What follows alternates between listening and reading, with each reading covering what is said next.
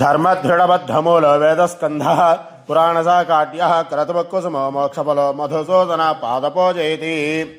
శ్రీ మహావిష్ణువు మధువు అనే రాక్షసుడిని సంహరించాడు. అందువల్ల ఆయనందరూ కూడా మధుసూదనుడు అని కీర్తించారు. ఆయన్ని ఒక మహావృక్షంగా వ్యాస మహర్షి భావించి ఈ విధంగా స్తోత్రం చేశారట.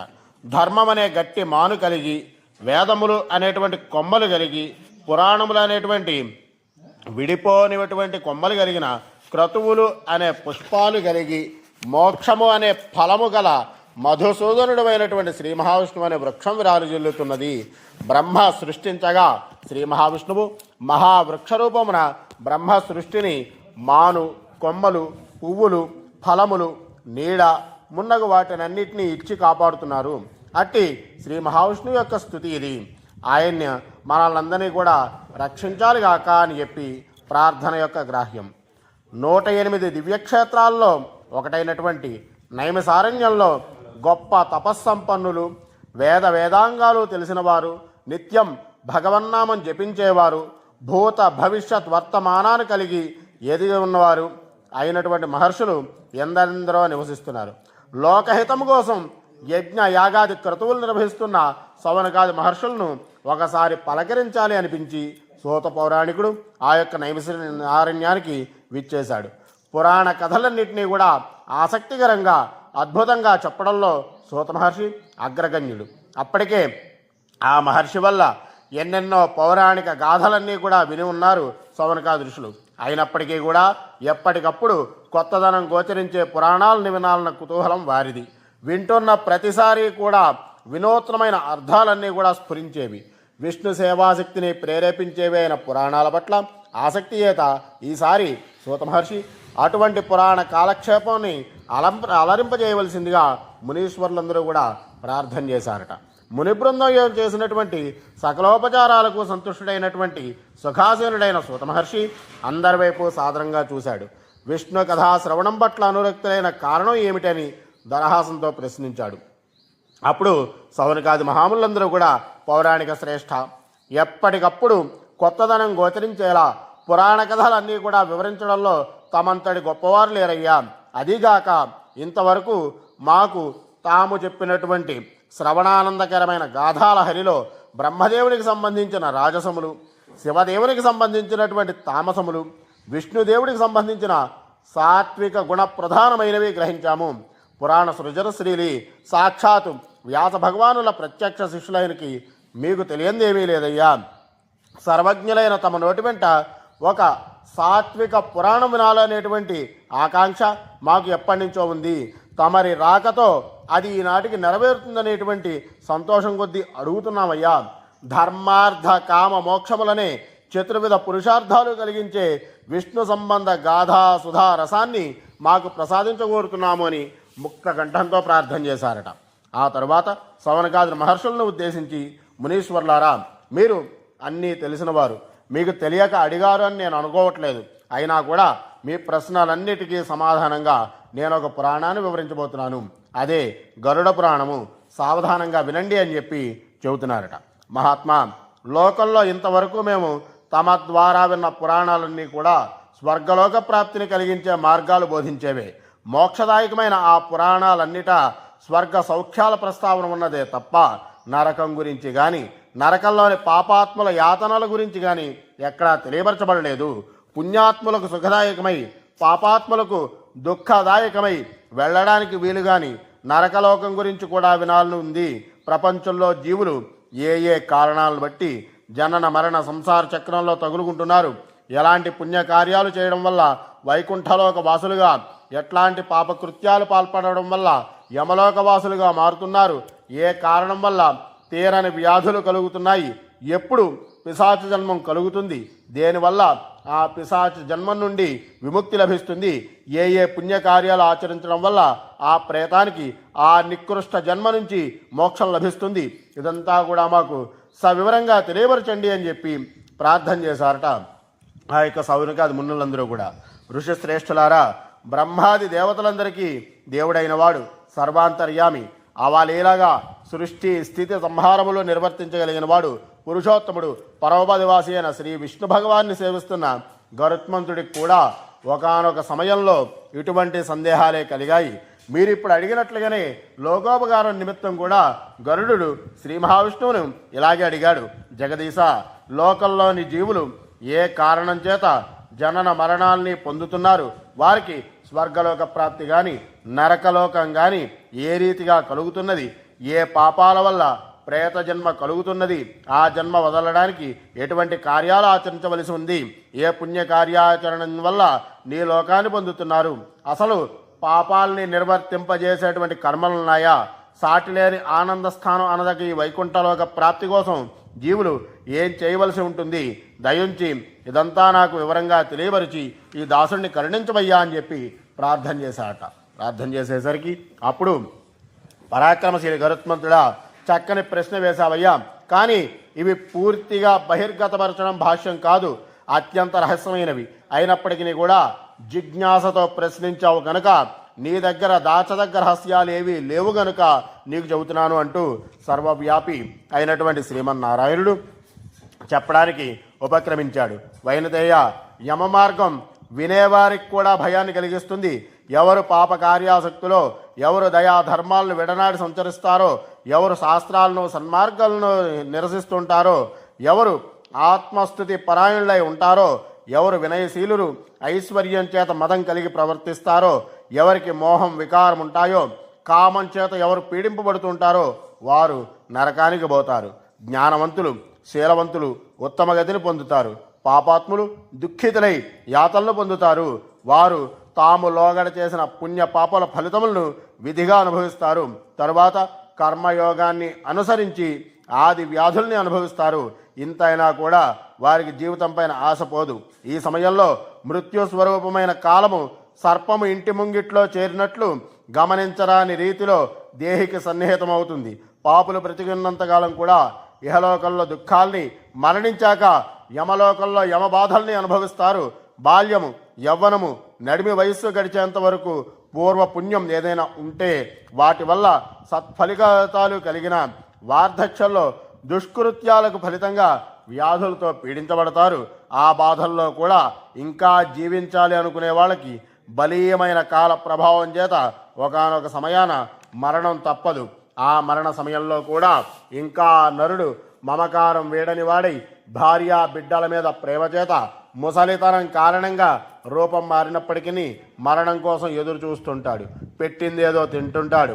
రోగం, మందాగ్ని, అల్పాహారం, అల్పగతి, చావుకళ ప్రతిబింబించే కళ్ళు, శ్లేష్మం చేత బాధింపబడిన నాడులు, ఆయాస భారం, చుట్టూ చేరిన బంధుజనం, కంఠంలో నుంచి గురక వెలువడుతుంటే పలకడానికి గొంతు పెగలని హీన స్థితిలో కాలపాశబద్ధుడై ఉంటాడు ఆ జీవి.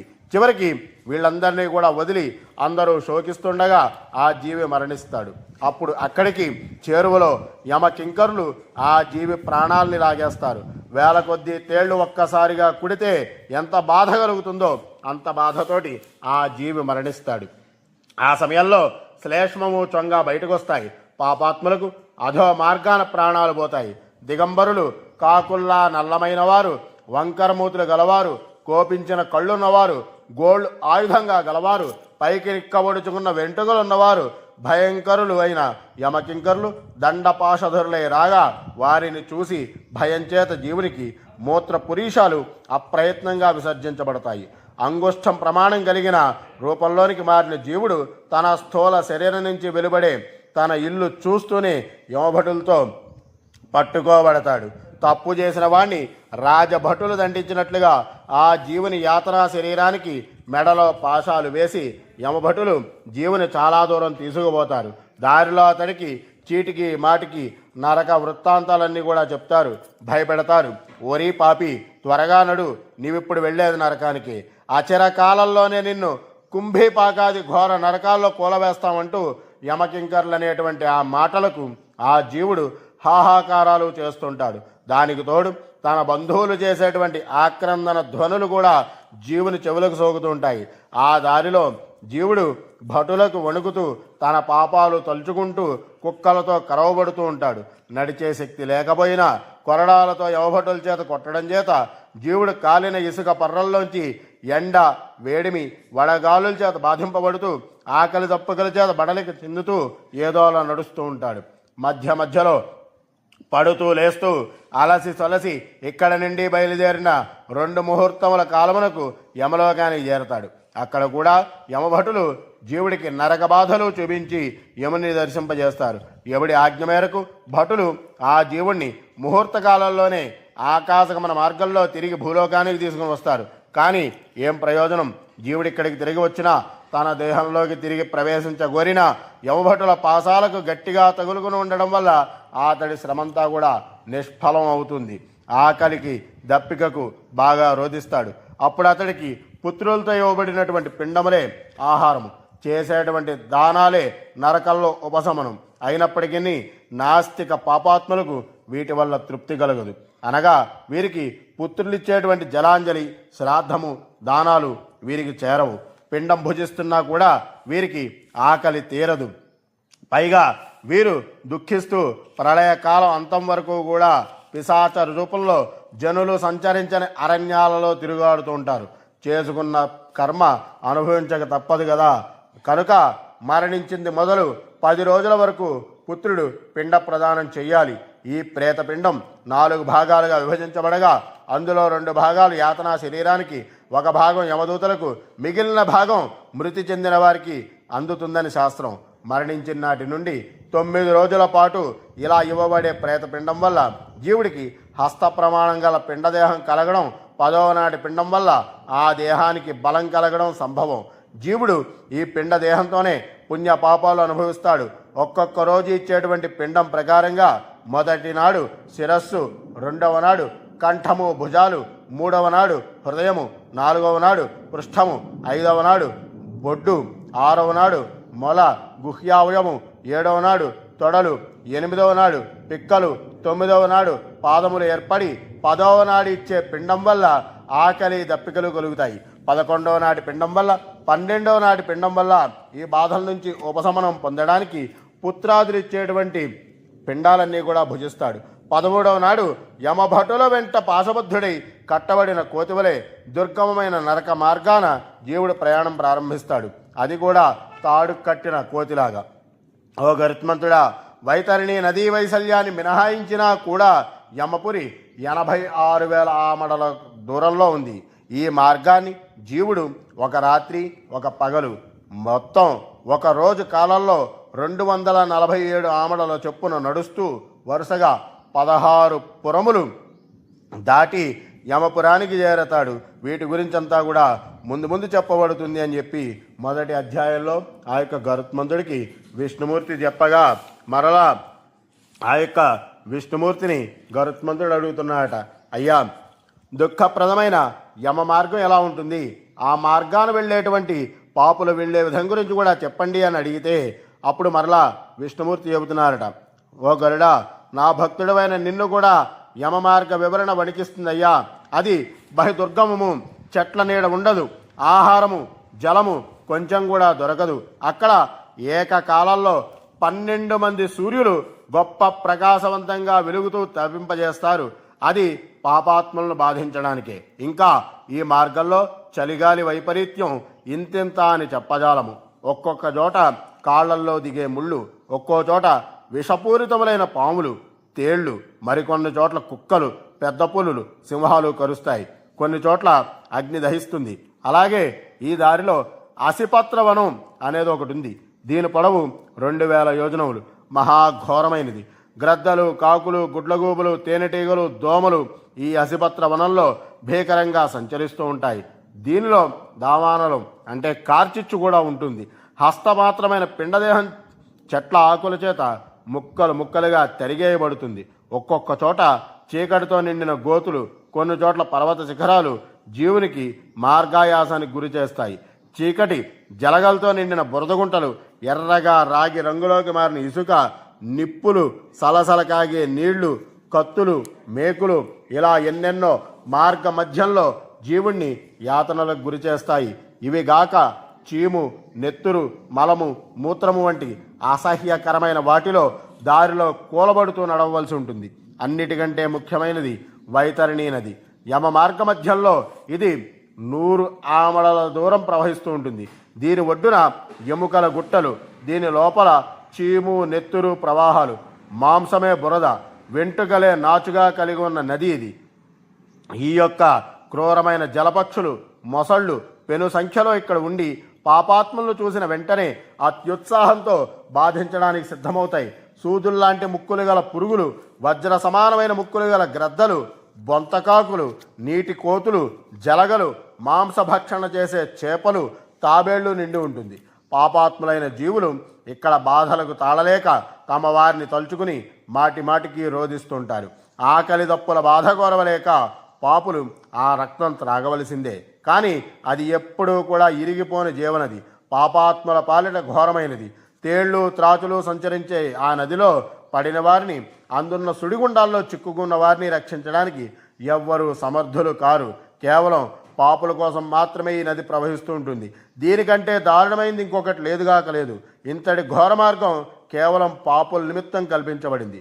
ఇంకా చెబుతున్నాను, ఈ మార్గంలో దుఃఖిస్తూ వెళ్ళేవారిని మరింత హింసకు గురి చేసేలా యమభటులు కొందరిని తాళ్లతో కొట్టి, మరికొందరి పిర్రలకు శూలాలు గుచ్చి, కొందరిని కాల పాసాలతో యమభటులు లాగుతూ ఉంటారు. కొందరు పాపులను కాకులు లాగుతూ ఉంటాయి. వివిధ ఆయుధాలతో మోదుతూ భటులు ఈ పాపులను లాక్కుపోతుంటే వారి నోటి వెంట రక్తమే నురగలుగా రాగా మాటిమాటికి తమ వాళ్ళను గుర్తు తెచ్చుకుంటూ దుఃఖిస్తూ బాధలు పడలేక చావలేక పడుతూ లేస్తూ ఆ మార్గాన పాపులు వెళుతూ ఉంటారు. జాతస్య మరణం ధ్రువం. ఖగేశ్వర, ఎన్నో సంవత్సరాలు బ్రతికి కూడా చావు అనేది ఒకటి తరుముకొస్తుందని ఒక్కడు కూడా తలవడు. జీవితమే శాశ్వతం అనుకునే వాళ్లే ఎక్కువ. మరణం అనేది ఒక్కడు ఉంటుందని తలుచుకునేవాడు కోటికి ఒక్కడైనా ఉన్నాడో లేదో. జీవం ఆకర్షించే యముడు ఒకడున్నాడని, మరణకాలంలో అతడికి చిక్కవలసి వస్తుందని జీవించే కాలంలో చాలాసార్లు తలుచుకుని ఎవరైతే భయపడతారో అలాంటి వారే గడిచిన రోజుల్లో తామెంత పుణ్య పాపాలు చేసుకున్నది పునరాలోచన చేసుకుంటారు. మిగిలిన జీవితకాలమైన వ్యర్థం కాకూడదనుకుని భయం చేత పుణ్యకార్యాలు, విష్ణు కథా శ్రవణం, భగవత్ సేవ చేస్తారు. అటువంటి వాళ్ళని వాళ్ళ పుణ్యమే కాపాడుతుంది. అంతేకాదు, సత్కర్మలు అనేవి తాము జన్మించిన జాతిని బట్టి మారుతూ ఉంటాయి. వాటిని వేదాలు నిర్దేశించాయి. తమ కులానికి తగిన కర్మలు, తమ జాతికి తగిన కృత్యములు ఎవరైతే చేస్తారో అట్టివారు శ్రేష్టత్వం పొందుతారు. ఇహపరాల్లో కూడా పూజ్యనీయులే అవుతారు. బ్రాహ్మణ, క్షత్రియ, వైశ్య, శూద్ర జాతులు నాలుగింటిని ఆ పరమాత్మ అంటే ఆ పరమేష్ఠి చేత సృష్టింపజేసింది నేనేనయ్యా స్పృశించున్నాడు. ఈ 4 వర్ణాలలో ఒక్కొక్క జాతికి కొన్ని విహిత ధర్మాలు ఏర్పడి ఉన్నాయి. బ్రాహ్మణులు ముఖ్యంగా నిర్వర్తించవలసిన కర్మలు 6. అవి దానాలు చేయడము, దానాలు చేయించడము, వేదాధ్యయనము, యజ్ఞ యాగాదులు చేయడము, అర్హులైన వారి చేత యాగాలు చేయించడము, దానాలను స్వీకరించడము. ఇక క్షత్రియ వర్ణం వారికి, వైశ్యకులం వారికి 3 కర్మలు నిర్వర్తించడానికి అర్హత ఇవ్వబడింది. అవి వేదాధ్యయనము, యజ్ఞాలను చేయడము, దానాలను చేయడము. ఇంతవరకు చెప్పబడిన కర్మల్లో ఏ ఒక్క కర్మను కూడా శూద్రులు చేయతగరు. బ్రాహ్మణ, క్షత్రియ, వైశ్య వర్ణాల వారు ఏ కృత్యములు నిర్వర్తించమని చెబితే అవే వారు చేయవలసి ఉంటుంది. అనగా బ్రాహ్మణులు కానీ, వైశ్యులు కానీ, క్షత్రియులు కానీ పై 6 విధులు నిర్వర్తిస్తున్నప్పుడు వారి వారి కర్మలకు సహాయకారిగా ఉండే పనులను శూద్రులు చేయవలసి ఉంటుంది. ఉదాహరణకు యుద్ధాలు చేయడము క్షత్రియోచిత కర్మ. అందుకు కావలసిన ఆయుధాలు రూపొందించడం శూద్రుల యొక్క కర్మ. యజ్ఞయాగాది క్రతువులు చేయడము బ్రాహ్మణ, క్షత్రియ, వైశ్య వర్ణాల యొక్క విహిత కర్మ. ఆ యాగాలకు కావలసినటువంటి సమస్త సంభారాలు సమకూర్చడం శూద్ర జాతికి తగిన కర్మ. కనుక వర్ణ విభాగాన్ని బట్టి ఆయా వర్ణాలకు చెప్పబడిన తపస్సులను శ్రద్ధగా ఆచరిస్తూ క్రమం తప్పగా ఎవరైతే సంచరిస్తారో వారే చాలా కాలం పాటు జీవించి యోగ భోగాలు అనుభవిస్తారు. అంత్యమున పరమపద నివాసానికి అర్హులవుతారు. ఈ వర్ణాల ధర్మాల్లో తిరగబడిన ఒకరు చేయవలసినవి మరొకరు చేసిన, తమది కాని ధర్మాన్ని మరొక వర్ణం వారు నిర్వర్తించిన, కనీసం ఆలోచించినా కూడా అనర్థ హేతు అవుతుంది. కాబట్టి స్థిరచిత్తుడైన వాడిని సహితం ఇటువంటి కోరికలు భ్రష్టుల్ని చేస్తాయి. కోరికలనేవి అంత బలవత్తరమైనవి కనుక తమకు చెందని ధర్మ నిర్వహణ పట్ల కోరికలు పెంచుకోకూడదు. ఆశావర్జితుడే బుద్ధిమంతుడని గ్రహించు అని మందహాసంతో గరుత్మంతుని వైపు చూశాడు ఆ యొక్క విష్ణుమూర్తి. కథన విషాదుడైన సూత మహర్షి నైమిసారణ్యవాసులైన మునీశ్వరులతో తదుపరి కథాభాగాన్ని వివరిస్తూ, మునీంద్రులారా, వినయశీలుడు మహాభక్త శిఖవాణి గరుత్మంతుడితో శ్రీమన్నారాయణుడు చెప్పిన రీతినే నేను మీకు వినిపిస్తున్నానయ్యా. ఇదంతా కూడా శ్రద్ధగా వినండి. వైనతేయ, లోకంలో 84 లక్షల యోని భేదాలున్నాయి. అవి 4 రకాలుగా వర్ధిల్తున్నాయి. మొదటిది అండజము, రెండోది స్వేదజము, మూడోది ఉద్భిజము, నాలుగోది జరాయుజము. అండజములు అంటే గుడ్డు నుండి పుట్టేవి. ఇవి 21 లక్షల జాతులు. ఎలాంటివయ్యా? పక్షి జాతులు మొదలైనవన్నీ కూడా అండజములు అంటారు. ఉద్భిజములు అంటే భూమిపైన నీటి వనరుల చేత మొలకెత్తించబడేవి, వృక్షజాతులు లాంటివి. ఇవి 21 లక్షలు. జరాయుజములు అంటే గర్భకోశములోని మావియందు జన్మించేవి, మనుష్యులు మొదలైనవి. ఇవి కూడా 21 లక్షల జాతులు. చివరికి స్వేదజములు. ఈ జన్మలన్నిటిలోకి కూడా మనుష్య జన్మమే దుర్లభమైనది, ఎంతో ఉత్కృష్టమైనది కూడా. కొందరికి పూర్వజన్మ కూడా మనుష్య జన్మే అయినప్పుడు వారికి ఆ జన్మలో చేసుకున్న పుణ్య విశేషం చేతనే తిరిగి ఈ మనుష్య జన్మ కలిగిందని చెప్పి గ్రహించాలి. ఇంతవరకు చెప్పిన 4 రకాల పుట్టుకల్లోనూ కూడా మనుష్య జన్మ మహా ఉదాత్తమైనది. పూర్వపుణ్యవసాన ఈ జన్మ లభించింది అని చెప్పి తెలుసుకొని మానవుడికి ఈ నర జన్మల్లో తిరిగి పుణ్య సముపార్జన చేయాలనుకోని మానవుడిని ఎవ్వరూ రక్షించలేరు. ఎందుకంటే మనిషికి మిగిలిన అన్ని జీవ జంతు జాలాల కంటే గొప్పది బుద్ధి వికాసానికి, ఆలోచనకు ఉపయోగపడేది అయిన మెదడు స్వతంత్రంగా పనిచేసేందుకు కల్పించబడింది. ఇతర జీవజాలానికి అసంకల్పితంగాను పరిమిత మాత్రంగాను మాత్రమే పనిచేసే మెదడు ఇవ్వబడింది. అదిలా ఉండగా 5 జ్ఞానేంద్రియములు, చూడడానికి కన్ను, వినడానికి చెవి, రుచి చూడడానికి నాలుక, వాసనలు గ్రహించడానికి ముక్కు, స్పర్శ సుఖం అనుభవించగల చర్మం సమకూర్చబడ్డాయి. జ్ఞాన సహిత శరీరం వల్ల విషయవాంఛా సుఖాన్ని ఇతర జంతు జాలాల కంటే ఎంతో ఉన్నతంగా అనుభవించే నేర్పు ప్రసాదించబడింది. కనుక ఏ విధంగా చూసినప్పటికీ కూడా మనుష్య జన్మ శ్రేష్టం. ఇంతకు ముందే చెప్పినట్లుగా బ్రాహ్మణ, క్షత్రియ, వైశ్య, శూద్రాదులనే చాతుర్వర్ణాలతో పాటుగా వృత్తి పనువారులుగా చాకలులు, చర్మకారులు, సానివారు, ఓడలు నడిపేవారు, నేత పనివారు, ఆభరణాలు చేసేవారు, అటవీ జాతులకు చెందినవారు, చివరగా పంచములు, వీరందరూ కూడా మానవ సమూహంగా వక్కాణించబడుతున్నారు. అన్ని ప్రాణులకు, వాటితో పాటు ఈ మానవ జాతులకు సహజాతాలు అంటే పుట్టుకతోడే సంక్రమించే విధిగా ఆహార, నిద్ర, భయ, మైథునాలు అనే లక్షణాలన్నీ కూడా తథ్యం. అన్నిటా ఇవి సమానమే. కానీ జ్ఞానం విషయానికి వచ్చేసరికి ఇందులో భేదాలున్నాయి. జ్ఞానం ఎప్పటికీ కూడా అన్ని జాతులకు సమానం కాదు. దానికి కారణం కొన్ని దేశాల్లోని నరజాతి ఏకపాదులు, కొన్ని ప్రాంతాల వారు 2 పాదాలతో నడుస్తారు, మరికొన్ని ప్రాంతాల్లో చతుష్పాద జంతురీతి సంచరించేవారు ఉన్నారు. వారి బుద్ధి వికాసనం అంతకు మించి వర్ధిల్లలేదు అని అర్థం. అందుచేతనే ఒక పరమ ప్రామాణికమైన గుర్తు ఏర్పరచబడి ఉన్నది. అదే కృష్ణసారము. అంటే నల్లని చారలు గల జింక ఏ ప్రాంతాలలో భూములందు సంచరిస్తుందో ఆ ప్రాంతమంతా కూడా పుణ్యభూమిగా గుర్తించవచ్చు. ఆ జింక తిరిగాడే ప్రాంతాలు పుణ్య జనావాసాలుగా రూపొందగలవు. అక్కడ దేవతల్ని, మహర్షుల్ని, పితృదేవతల్ని పూజించే వారికి గొప్ప శ్రేయస్సు కలుగుతుంది. ఆ పుణ్యభూమిలో 33 కోట్ల దేవతలు ఎల్లప్పుడూ కూడా నివాసం చేస్తుంటారు. కనుక అక్కడ నివసించే నరజాతికి పుణ్యకార్యాశక్తి అధికంగా ఉంటుంది. ఇహపర సౌఖ్యాలకు వీరు చేసే సత్కార్యాలే ఆధారమవుతాయి. గరుడ, భూత, ప్రేత, పిశాచ దేహం ఎత్తినప్పటికీ జీవులు శ్రేష్ఠులే. కానీ సర్వోత్కృష్ట దేహాలు మాత్రం మానవ జన్మ ఎత్తి ప్రేతదేహులైన వారు తదుపరి పశుపక్షాది జీవులు లెక్కించదగను. కనుకే మనుష్య జన్మ సర్వోత్కృష్టమైనదని చెప్పబడింది. ఈ మానవుల్లో కూడా బ్రాహ్మణ వర్గానికి చెందిన వారు అత్యుత్తములు. ఈ బ్రాహ్మణుల్లోనూ వేద, శాస్త్ర, పురాణ పారంగతులు ఇంకా గొప్పవారు. వీరిని మించిన వారు ఉన్నారు. వేద శాస్త్రాదులు ఏవైతే చెప్పావో అవి తెలిసి ఆచరించేవారు ఇట్టి కోపకు చెందుతారు. తాము అటువంటి పుణ్య కార్యాచరణ త్రికరణ శుద్ధిగా ఆచరిస్తూ ఇతర వర్ణాల చేత ఆచరింపజేసేవారు మహామాన్య వర్గానికి చెందినవారు. 1,000,000 జన్మలెత్తినా లభించని మోక్షం, స్వర్గం పొందడానికి కారణమైనది మనుష్య జన్మ. ఇలాంటి జన్మ కలిగించినందుకు ఆనందిస్తూ దీన్ని వ్యర్థం చేయకుండా సత్కర్మలు ఆచరించి ధన్యులయ్యే వారి కంటే కూడా వృధాగా పాపాలు చేస్తూ నిర్భీతిగా సంచరించేవారే లోకంలో చాలామంది ఉన్నారు. భార్య, పిల్లలు, ధనం ఈ మూడింటినే నిరంతరం చూసుకుంటూ వాటి మీద మాత్రమే మనస్సు నిలిపేవారు కొందరు. చేయదగని ఘోరకృత్యాలు అంటే నరహత్య, స్త్రీహత్య, శిశుహత్య, పరాధార సంగమం, గురుద్రోహం, నిష్కారణ జంతువధ వంటివి ఉదాహరణగా చేసేవాళ్ళు కొందరు. నోటి వెంట రాకూడని పరుష పదాలు ఉచ్చరిస్తూ వ్యర్థ ప్రసంగాలు చేసేవాళ్ళు కొందరు. వీరందరూ కూడా మృగాలతోటి సమానం. ఆశతో కూడిన మనస్సుకు తృప్తి ఉంటుందా? ఆశకు తృప్తికి బద్ధ వైరం కదా. అంతులేని సంపద లభించినా కూడా ఇంకా ఏదో అందలేదు అనే తపన, మరింతగా అందుకోవాలనే ఆరాటం, ఆశ నానాటికి వృద్ధి అయ్యే కొద్దీ మనస్సు మలినం అవుతూ ఉంటుంది. మలిన హృదయంలో పాపపుట ఆలోచనలు ప్రవేశిస్తాయి. దాంతో మానవత్వం కోల్పోతాడు. మానవత్వం నశించిన మనుష్య జన్మ అధమాధమం. అట్టివాడు చేసే క్రూర కృత్యాలు ఊహకు కూడా అందవు.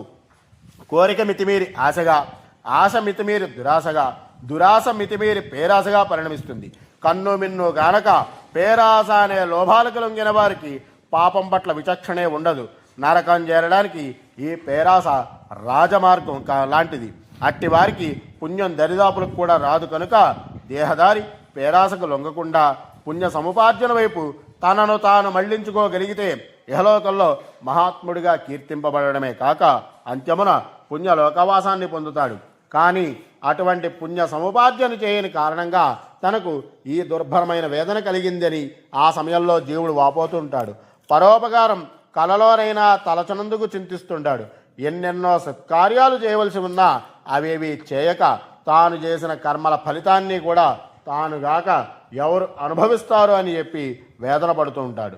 మరణించిన జీవి భయంకరమైనటువంటి యమలోక మార్గమున యమభటులతో తీసుకుని పోబడుతూ తన వారిని తలుచుకుని దుఃఖిస్తూ ఉంటాడు. మిక్కిలి పుణ్యం చేసిన వారికే మానవ జన్మ కలుగుతుంది. అట్టి మానవ జన్మ పొంది కూడా నేనెందుకు ధర్మకార్యాలు చేయలేదు, తపస్సును జపహోమాదులను చేయలేదు, తీర్థయాత్రలు చేయలేదు, దేవతలను, బ్రాహ్మణులను, సజ్జనులను, గోవులను పూజించలేదు, ఎవరికి ఉపకారం చేయలేదు, నూతులు, చెరువులు మొదలైన వాటిని తవ్వించలేదు, కనీసం ఎవరినైనా తవ్వించి ఉన్నా వాటిని బాగు కూడా చేయించలేదు, దానాలు చేయలేదు, వేదశాస్త్ర పురాణాలని గౌరవించలేదు, పురాణాన్ని కూడా వినలేదు, భార్యను లేదా భర్తను, పెద్దలను ఆచరించలేదు, భర్తను భార్యను కోల్పోయి అందుకు తగినట్లుగా ప్రవర్తించలేకపోయాను. అయ్యో, ఉత్తమమైన మానుష్య జన్మను పొంది కూడా సద్వినియోగపరచుకోలేకపోయానని చెప్పి విలపిస్తూ ఘోరాతి ఘోరమైన ఆ నరక మార్గంలో ప్రయాణిస్తూ ఉంటాడు. ఇలా బయలుదేరిన జీవుడు వాయువేగంతో 17 రోజులు నడిచి 18వ రోజున సౌమ్యపురం చేరుతాడు. ఈ పురములో ప్రేతగణమంతా కూడా నివసిస్తూ ఉంటుంది. అక్కడ ప్రవహించే నది పేరు పుష్పభద్ర. విశ్రమించడానికి అక్కడ పెద్ద మర్రి చెట్టు ఉంది. యమభటులు జీవుల్ని అక్కడ విశ్రమించేందుకు అనుమతిస్తారు. అక్కడ విశ్రమించిన జీవులు భార్యా బిడ్డలను, బంధువులను జ్ఞప్తికి తెచ్చుకుని విచారిస్తూ ఉంటే యమభటులు, మూర్ఖుడా, నీవే అనుకున్న భాగ్య సంపదలు, నీవారు అనుకున్నటువంటి భార్యా పుత్రులు ఇక్కడ ఎక్కడున్నారయ్యా? నీ వెంట నీవు చేసిన కర్మ మాత్రమే వచ్చింది, దాని ఫలితాన్ని అనుభవించు. బాటసారులకు సంబలమే దారివత్తమే బలము. పరలోక బాటసారి నీవట్టే సంబలాన్ని సంపాదించలేదు. చేసిన పుణ్యకార్యాలే పరలోక గమనంలో దారివత్తములని పెద్దలు పురాణాలు చెప్పిన మాటలు వినలేదా? మూర్ఖుడా, ఈ మార్గమున ధన సాధ్యములైన క్రయ విక్రయాదులు ఉండవు. ఇక్కడ పుణ్యమే ధనము. దాన్ని ఎందుకు సంపాదించడానికి ప్రయత్నించుకోలేదు? కర్మ ఫలితం అనుభవించవలసిందే అని చెప్పి యమభటులు అంటూ ఉంటారు. అక్కడ మాసిక పిండముల్ని తిని తిరిగి సౌరి పురాణానికి చేరుతారు. యముడి వంటి జంగముడనే రాజు అక్కడ పాలకుడు. అక్కడ త్రైపక్ష శ్రాద్ధం వల్ల లభించే పిండాలను భుజించి జీవుడు తిరిగి నగేంద్ర భవనపురాన్ని చేడి అక్కడ ఆశిపత్రవనం చూసి ఈడుస్తూ ఉంటే యమదూతలు అతనిని ఆ వనంలో నిర్దయతోటి ఈడుస్తూ ఉంటారు. అక్కడ పిండములు భుజించాక 3వ మాసమున గంధర్వపురం చేరిన జీవుడికి పుత్రాదులు ఇచ్చిన పిండాలు అందుతాయి. వాటిని భక్షించి తిరిగి బయలుదేరుతాడు. అక్కడి నుంచి రాళ్లవాన నిరంతరం కురిసేటువంటి శైలాగమపురం చేరి 4వ మాసికంలో పిండాలు అక్కడ భక్షిస్తాడు జీవుడు. 5వ మాసంలో క్రౌంచపురం చేరుతాడు. అక్కడ జనులందరూ కూడా నిర్దయులే, క్రూరులే. 5వ మాసిక పిండాలు భుజించి క్రూరపురానికి చేరుకుంటాడు. అక్కడి నుంచి ఇక్కడ ప్రజలు కూడా నిర్దయులే. ఇక్కడ కూడా 171వ రోజు ఊనషాణ్మాసికం పిండాలు భుజించి అప్పుడు తన వారు జరిపే ఉదహ కుంభదానం వల్ల తృప్తి చెంది 2 గడియల పాటు విశ్రాంతి తీసుకుంటాడు. తదుపరి అక్కడి నుంచి బయలుదేరి యముని సోదరుడైన విచిత్రరాజు పరిపాలించే విచిత్ర భవనం అనే పట్టణాన్ని చేరతాడు.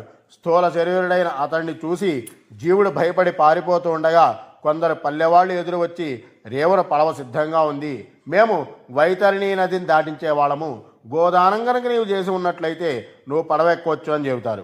గోదానం చేసి ఉండకపోతే ఆ జీవునికి ఆ నది అందున్న జలం సలసలా కాగుతూ కనిపిస్తుంది. గోదానం చేయనివాడు అందులో దిగి నడుస్తూ ఉంటే ఆ పాపాత్ముడి నోట ముళ్ళుగుచ్చి చేపను పైకి లాగినట్లుగా లాగి యమకింకర్లు ఆకాశ మార్గాన్ని నడుస్తూ జీవుణ్ణి ఆ నది దాటిస్తారు. 6వ మాసంలో పిండాలు భక్షించినా ఇంకా ఆకలి తీరని జీవుడు ఏడుస్తూ అక్కడి నుంచి బయలుదేరి బహ్వాపదపురం చేరి 7వ నెల పిండాలు తింటాడు. తదుపరి 8వ మాసంలో దుఃఖద నగరం 9వ నెలలో నానాక్రందపురం చేరి ఏడుస్తూ పిండాలు భుజిస్తాడు. ఇట్లే 10-11 మాసాలు సుతప్త భవనపురము రౌద్రపురముల్లో పిండాలు కూడా తిని 15 రోజులకు అంటే 345 రోజుల కాలానికి పయోవర్షణ నగరానికి చేరుతాడు. ప్రేతాల్ని చాలా బాధించే వర్ష మేఘాలన్నీ కూడా అక్కడ ఉంటాయి.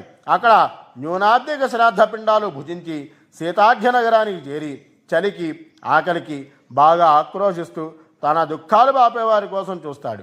నీవు చేసిన పుణ్యం కానీ నీకై నీవారు చేసిన పుణ్యం కానీ దానం కానీ ఏమైనా ఉన్నదా అని యమభటులు ఆరాధిస్తారు. యమకింకర్లు అతన్ని అదిలించి నీకు అంత పుణ్యం ఎక్కడున్నది, నువ్వు అనుభవించక తప్పదు అని కఠినంగా పలుకగా ప్రథమాబ్దీకం రోజున ఇచ్చిన పిండాధికాలు గైకొని బహుభీతిపురాన్ని చేరుకుంటాడు. అక్కడ హస్త ప్రమాణ పిండరూప శరీరాన్ని విడిచిపెడతాడు. అంగుష్ట ప్రమాణం అంటే బొటన వేలుగల రూపంలోకి చేరుకుంటాడు. చేరుకుని వాయురూప యాతనా శరీరాన్ని పొంది కర్మానుభవానికై యమభటులతోటి ప్రయాణం చేస్తాడు. అక్కడ యమపురం చెరువుగా ఉంటుంది. జీవుడు ఇక్కడ ప్రారబ్ధ కర్మ అనుభవించడానికి యాతనా శరీరధారి అయి పాపాత్ములతో కలిసి వెళ్తాడు. పుత్రులు శ్రాద్ధకర్మ సరిగ్గా ఆచరించకపోతే ఈ కష్టాలన్నీ కూడా పితరులకు తప్పవు అని చెప్పేసి ఆ యొక్క గరుత్మంతుడికి విష్ణుమూర్తి 2వ కథలో చెప్పి ఉన్నారట. యమపురికి గల 4 ద్వారాలలో దక్షిణ ద్వారమే యమ మార్గంగా చెబుతూ ఉన్నారట. ఈ విధంగా 2 అధ్యాయాల్లో చెప్పిన తర్వాత మరలా ఆ యొక్క 3వ అధ్యాయంలో ఇలా అడుగుతున్నట్టు ఆ యొక్క గరుత్మంతుడు, అయ్యా యమ మార్గం అంతా గడిచాక యమపురంలో ప్రవేశించిన జీవులు ఎలాంటి బాధను అనుభవిస్తారు అని గరుడు అడిగితే శ్రీహరి చెబుతున్నారట, నరక బాధలు వింటే నీవు కూడా భయపడతావు, అయినా అడిగావు కదా చెబుతున్నారు విను. బహుభీతిపురానికి 44 ఆమడల దూరంలో యమధర్మరాజు పట్టణం ఉంది. అక్కడ నరక బాధలు అనుభవించే పాపులు హాహాకారాలు వింటూనే ప్రేత ఏడుస్తాడు. యమపురంలోని భటులు ఆ ఏడుపు విని దక్షిణ ద్వార కావలివాడైన ధర్మధ్వజునితోటి పాపాత్ముడు వచ్చి ఉన్నాడు అని చెబుతారు. ఇట్లా జీవితకాలమంతా పోగు చేసిన ధనాన్ని వారు స్వానుభవంలోకి తెచ్చుకోలేక కన్ను మూసినప్పుడు ఆ ద్రవ్యమంతా వాళ్ళ సంబంధీకులు అనుభవిస్తారు. ధర్మ సూక్ష్మం విచారించి చూసినప్పుడు అయ్యో అతడెన్ని పాపాలు చేసి ఆ ధనం సంపాదించగా వాళ్ళంతా దాన్ని భాగాలు చేసుకోవడానికి తయారయ్యారే, మరి అతడు చేసిన పాపాలలో ఏ ఒక్క భాగం పొందడానికైనా సంసిద్ధులు అవుతారా? కానే కారు. అందులో వేసమెత్తు పాపం కూడా వాళ్ళని అంటుకోదు. పాపం చేసిన వాడు శిక్ష అనుభవించక తప్పదు. యమపురంలో ద్వారపాలకుడు ధర్మధ్వజుని ద్వారా చిత్రగుప్తునికి పాపి వచ్చాడు అనే సమాచారం అందించగా ఆ విషయాన్ని యమధర్మరాజుతో చెప్తాడు. యమధర్మరాజుకు వచ్చిన పాపుల్లో ఎవరు నాస్తికులు ఎవరు మహాపాపాత్ములో తెలుసు. అయినా సరే చిత్రగుప్తుడిని అడుగుతాడు. చిత్రగుప్తుడు సర్వజ్ఞుడే అయినా కూడా అతడు శ్రవణులను అడుగుతాడు. ఈ శ్రవణులు అనేవారు ఎవరు? బ్రహ్మపుత్రులు. వీరికి స్వర్గలోక మనుష్యలోక పాతాళ లోకాలలో ఎక్కడైనా ఏ ఆటంకం లేకుండా సంచరించేవారు. దూర శ్రవణ దూర దర్శనాది విద్యలున్నవారు. వారి భార్యలు కూడా అలాంటి వారే. వీరిని శ్రవణి అంటారు. వీరు 3 లోకాల్లోనూ కూడా ఉన్న స్త్రీల చేష్టల్ని కూడా బాగా గ్రహించగలరు. ఈ శ్రవణులు ప్రత్యక్షంగా పరోక్షంగా ఎవరు ఏమేం పాపాలు చేశారో చిత్రగుప్తుడికి చెప్తారు. యమధర్మరాజునకు గూఢాచారుల్లాంటి వైరాన ఈ శ్రవణులకు మనుషులు త్రికరణాలతో చేసినటువంటి పాపాలని కూడా తెలుసుకోగలరు. వీరు యథార్థవాదులు. దాన వ్రతాది పుణ్య కార్యాలు చేసిన వారికి స్వర్గ సౌఖ్యాలు కల్పించడంలో వీరి పాత్ర ఉన్నట్లే సత్యవాదులైన వీరి వల్ల పాపుల చరిత్రలు కూడా యమునికి తెలియగలవు. మనుషులు అహరహం చేసే సమస్త కృత్యాలు కనిపెట్టడమే వీరి పని. సూర్యచంద్రులు, వాయువు, అగ్ని, అంతరిక్షము, భూమి, నీరు, అంతరాత్మ, యముడు, రాత్రింబగళ్ళు, 2 సంధ్యల ధర్మము మానవుని ప్రవర్తనను ఎరుగుదురు. ధర్మరాజు, చిత్రగుప్తుడు, శ్రవణులు, సూర్యుడు మొన్నగు వారు శరీరధారిని అతడు లేక ఆమె చేసేటువంటి పుణ్య పాపాలని కూడా చూస్తూ ఉంటాడు.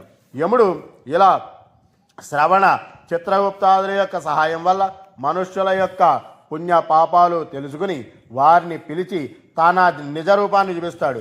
యముని శరీరము మిక్కిలి పెద్దది, భయంకరము.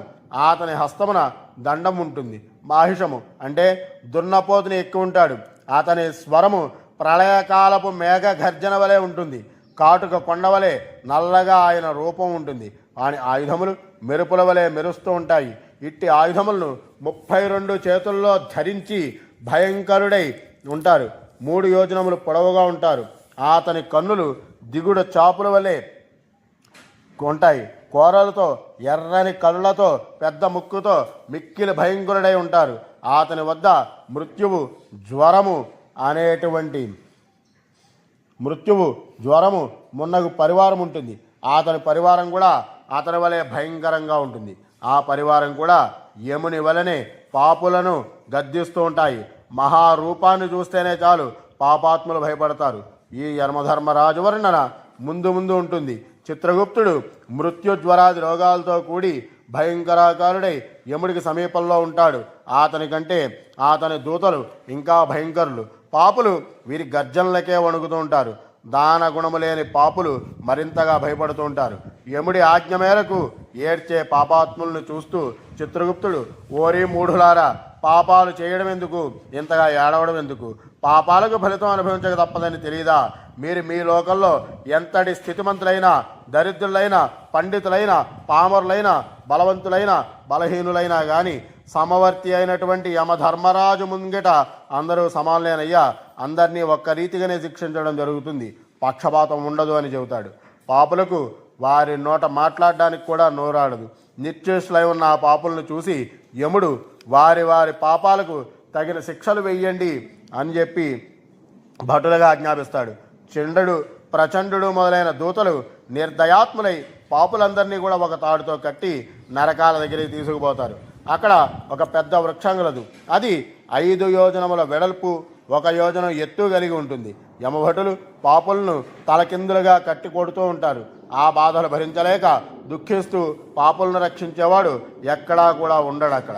ఇలా వేలాడుతున్న పాపులు యమభటులను అనేక విధములుగా ప్రార్థన చేస్తారు. యమభటులు వివిధ ఆయుధాలతో మరింతగా వారిని కొడుతూ ఉంటారు. పాపాత్ములారా, పాపకార్యం చేయడం ఎందుకు? చేశారు. సులభమైన జలమును, అన్నమును ఎవరికీ పెట్టలేదు. కాకులకు, కుక్కలకు కూడా ఏమీ పెట్టలేదు.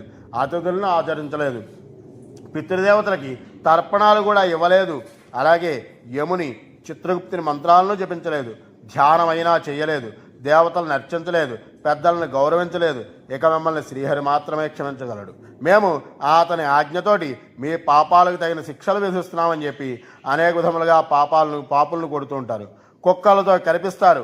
వివిధ ఆయుధములతో కొట్టి చీల్చి మరుగుతున్న నూనెలో వేసి అనేక విధములుగా శిక్షిస్తూ ఉంటారు. తరువాత వారిని యముడి ఆజ్ఞ ప్రకారము తామిశ్రము మున్నగు నరకముల్లో పడవేస్తారు అని శ్రీ మహావిష్ణువు గరుడికి వివరిస్తే, పిదప ఆ ఖగరాజు స్వర్గలోక పూజ్యుడైన వైకుంఠ పరమాత్మని భక్తితో నమస్కరించి, ఓ కరుణానిధి, నరకములు ఎన్ని రకములు, వాటి స్వరూపం ఎలాంటిది, అందులో బాధించేవారి దుర్దశలేమిటి, సవివరంగా నాకు వినిపించండి అంటే అప్పుడు మహావిష్ణువు మరలా చెబుతున్నారట, ఓ ఖగారణ్యాత్మక గరుడ, నరకలోకములు రకాలు ఇన్ని అని చెప్పగల సంఖ్య ఎవరి వల్ల కాదయ్యా. ఎందుకంటే అవి అగణితంగా ఉన్నాయి. మానవుని యొక్క చిత్ర ప్రవృత్తుల్లో ఎన్ని దుష్టపు ఆలోచనలుంటే వాటన్నిటికీ మనస్సంబంధి నరకాలు చవి చూడవలసి వస్తుంది. కనుక అవి అసంఖ్యాకంగా ఉన్నాయని చెప్పక తప్పదు. కానీ నీ వంటి జ్ఞానికి ఆ సంఖ్య రేణు మాత్రంగానైనా గోచరించడానికి రహస్యమైన ఈ సంఖ్య చెబుతున్నాను. క్రూరమైన నరకాలు 84 లక్షలున్నాయి. జీవుల యొక్క సంఖ్యకు ఇవి సరి సమానము. వీటిలోనూ ఘోరాతి ఘోరమైనవి 21 రకాల నరకాలున్నాయి. 1 తామిశ్రము, 2 అంధతామిశ్రము, 3 రౌరవము, 4 మహారౌరవము, 5 కుంభీపాకము, 6 సూచిముఖము, 7 అసిపత్రవనము, 8 అవీచి, 9 అంధకూపము, 10 వైతరణి, 11 పూయోధ, 12 కృమిభోజనము, 13 ప్రాణరోధ, 14 కాలసూత్రము, 15 సందర్శము, 16 తప్తోర్మి, 17 వజ్రకంటకము, 18 శాల్మలి, 19 వినసము, 20 నానాభక్షణము, 21 రేతఃపానము. వైతరణికి చేరువుగా సారమోయదనమును కూడా చేర్చుకోవచ్చును. అలాగే వివిధ రకాల పురాణాలలో ఈ నరకాల పేర్లన్నీ కూడా వీటి సంఖ్య కూడా భిన్నంగా చెప్పబడుతున్నాయి. అన్నిటినీ కూడా సమన్వయపరిచి ఈ విధంగా చెప్పడం జరుగుతోంది అని చెప్పినారట. ఈ నరకాలకు చేరువలోగా 5 ఆమడల విస్తీర్ణం, 1 యోజనం ఎత్తు కలిగిన ఒక బూరుగు వృక్షం అగ్నిహోత్రంలా వెలుగుతూ ఉంటుంది. పాపాత్ములందరినీ కూడా ఆ చెట్టుకి తలకిందులుగా కట్టి యమదూతలు కొడుతూ ఉంటారు. వారిని అక్కడ ఆదుకోవడానికి ఎవ్వరూ కూడా ఉండరు. యమదూతలతో వారు హింసింపబడుతూనే వారు ఏమేమి పుణ్యకార్యాలు చేయలేదో ఆ పుణ్యకార్యాల చిట్టాలను యమభటులు చెబుతూ ఉండగా వింటారు. కొందరు పాపులు దెబ్బలకి బాధకి ఓరవలేక గిలగిలా పడిపోతారు. అలా పడేటప్పుడు ఆ చెట్టు ఆకుల చేత కోసుకొని పోయి వారి శరీరం తెగిపోతూ ఉంటుంది. కింద పడిన వారిని కుక్కలు వెరుస్తాయి. ఈ పాపుల్లో కొందరిని భటులు రంపాలతో కోస్తారు, కొందరిని గొడ్డళ్లతో నరుగుతారు, కొందరిని భూమిలో నడుములోతు వరకు పాతి బాణాలతో తల్లెగరగొడతారు, కొందరిని గానుగాడిచ్చినట్లుగా తిప్పుతుంటారు, కొందరిని నిప్పుల్లో కాల్చి సమ్మెడలతో సాగగొడతారు, కొందరిని సలసల కాగే నూనెలో పడవేసి తోస్తారు. వజ్రపు ముక్కులు గల కాకులు, గ్రద్దలు గల పాపులు చెప్పబడేటువంటి హింస మామూలుగా ఉండదు. కొందరిని సలసల కాగిలో నూనెలో నేతిలో పడేసి వేపుతూ ఉంటారు, కొందరిని బోర్లా పడుకోబెట్టి ఏనుగులతో తొక్కిస్తారు, కొందరిని నూతుల్లో తోస్తారు, కొందరిని పర్వత శిఖరాలపై నుంచి కిందకు దోస్తారు, కొందరిని పురుగుల గుంటలో దోస్తారు. వజ్రపు ముక్కులు గల కాకులు, గ్రద్దల వల ఆ పాపులు పడే హింస చెప్పనలవి కాదు. అలాగే 21 నరకాల పేర్లు చెప్పుకున్నాము. ఆ నరకం ఎందుకు వస్తుందయ్యా? మొదటిది తామిశ్ర నరకము. పరధనము, పరసంతానము, పరస్త్రీ అపహరణ అనేటువంటి పాపాలు చేసిన వాళ్ళకి అంధకార బంధురమును పడవేసి కర్రలతో బాదుతూ ఉంటారట. అంధతామిశ్రం అనేటువంటి నరకంలోకి మోసగించిన స్త్రీలను, ధనాన్ని పుచ్చుకున్న వారికి కళ్ళు కనిపించని నరకము, నరికిన చెట్లయందు పడిపోతూ ఉంటారట. అలాగే ఇతర ప్రాణులను చంపి తమ కుటుంబాన్ని పోషించుకునే వాళ్ళకి రౌరవము అనేటువంటి నరకం లభిస్తుందట. ఇందులో రూరువులు అనే పాముల కన్నా ఘోరమైన జంతువులు హింసిస్తూ ఉంటాయట. మహారౌరవం అనే నరకము సంపాదించింది అచ్చం తన కొరకు మాత్రమే వెచ్చించుకునే వాళ్ళకి పచ్చి మాంసం తినేవాళ్ళు హింసించేటువంటి శిక్షను వేస్తారట. అలాగే పశు పక్షాదులను చంపి పొట్ట నింపుకునే వాళ్ళకి కుంభీపాక నరకంలో పడవేస్తారట. వీరిని సలసల కాగే నూనెలో పడవేసి శిక్ష వేస్తారట. ధన మదాంధతతో అందరినీ చిన్నచూపు చూడాలి అనుకునే పాపం చేసే వాళ్ళకి సూచిముఖి అనే నరకంలో పడవేసి శరీరాన్ని సూదులతో బొంతను గుట్టినట్టుగా కుడుతూ ఉంటారట. ఆపద సమయములందు కాక ఇతర సమయములలో వేదములను ధిక్కరించాలి అనుకునే పాపం చేసిన వారికి అసిపత్రవనం అనే నరకంలో పడవేసి కొరడాలతో గొడ్డును బాదినట్టు బాదుతూ ఉంటారట. సర్వాంగాల్ని కూడా కత్తులతో కొయ్యడం అనే శిక్షను అనుభవిస్తారట. అలాగే దండించదగని వారిని దండించే రాజులకి అవీచి అనేటువంటి నరకంలో వేసి చెరుకు గడలలాగా గానుగల్లో పెట్టి తిప్పుతూ ఉంటారట. నల్లులు మొదలైన వాటిని చంపిన వాళ్ళకి అంధకూపం అనేటువంటి నరకంలో వేసి పాములు, నల్లులు, దోమలు, చీమలు హింసిస్తూ ఉండేటువంటి శిక్షణ వేస్తారట. కులమర్యాద పాటించని రాజు లేక రాజోద్యోగికి వైతరిణి అనే నరకంలో వేసి చీము, రక్తము, తల వెంట్రుకలు, కోళ్లతో నిండి ఉండే నదుల్లో తోయబడతారట. శౌచము, ఆచారము పాటించుకొని పాపాలు చేసే వాళ్ళకి పూయోద అనే నరకంలో వేసి మలమూత్రాదులతో నిండిన సముద్రమును పడదోస్తారట. అతిథులకు అభ్యాగతులకు అన్నం పెట్టగా తన పొట్టను మాత్రమే నింపుకోవాలి అనుకునేటువంటి పాపం చేసే వాళ్ళకి క్రిమి భోజనం అట శిక్ష. వీళ్ళకి క్రిములతో నిండిన 1,00,000 యోజనముల కుండముల్లో పడవేస్తారట. అలాగే కుక్కలను గాడిదలను పెంచి వేటనే వృత్తిగా పెట్టుకున్నటువంటి బ్రాహ్మణులకి ప్రాణరోధ అనే నరకంలో వేసి అంప కోలలతో వేటాడబడతారట. తల్లిదండ్రులను వేదములను బ్రాహ్మణులను ధిక్కరించాలనే పాపం చేసిన వారికి కాలసూత్ర నరకం అనేటువంటి నరకంలో వేసి రాగి నేల కలిగి నెత్తిన నిప్పులు జరుగుతూ సూర్యుడు ఉండి మార్చివేసేటువంటి శిక్ష వేస్తారట. ఆపద లేకుండానే బ్రాహ్మణుల ధనము ఇతరుల బంగారము రత్నములు దోచుకోవాలనే పాపం చేసిన వారికి సందర్శ అనేటువంటి నరకంలో వేసి మండుతున్న కడ్డీలతో పొడవడము పట్టగాలంతో చర్మం పీకడం వంటేటువంటి శిక్షణ వేస్తారట.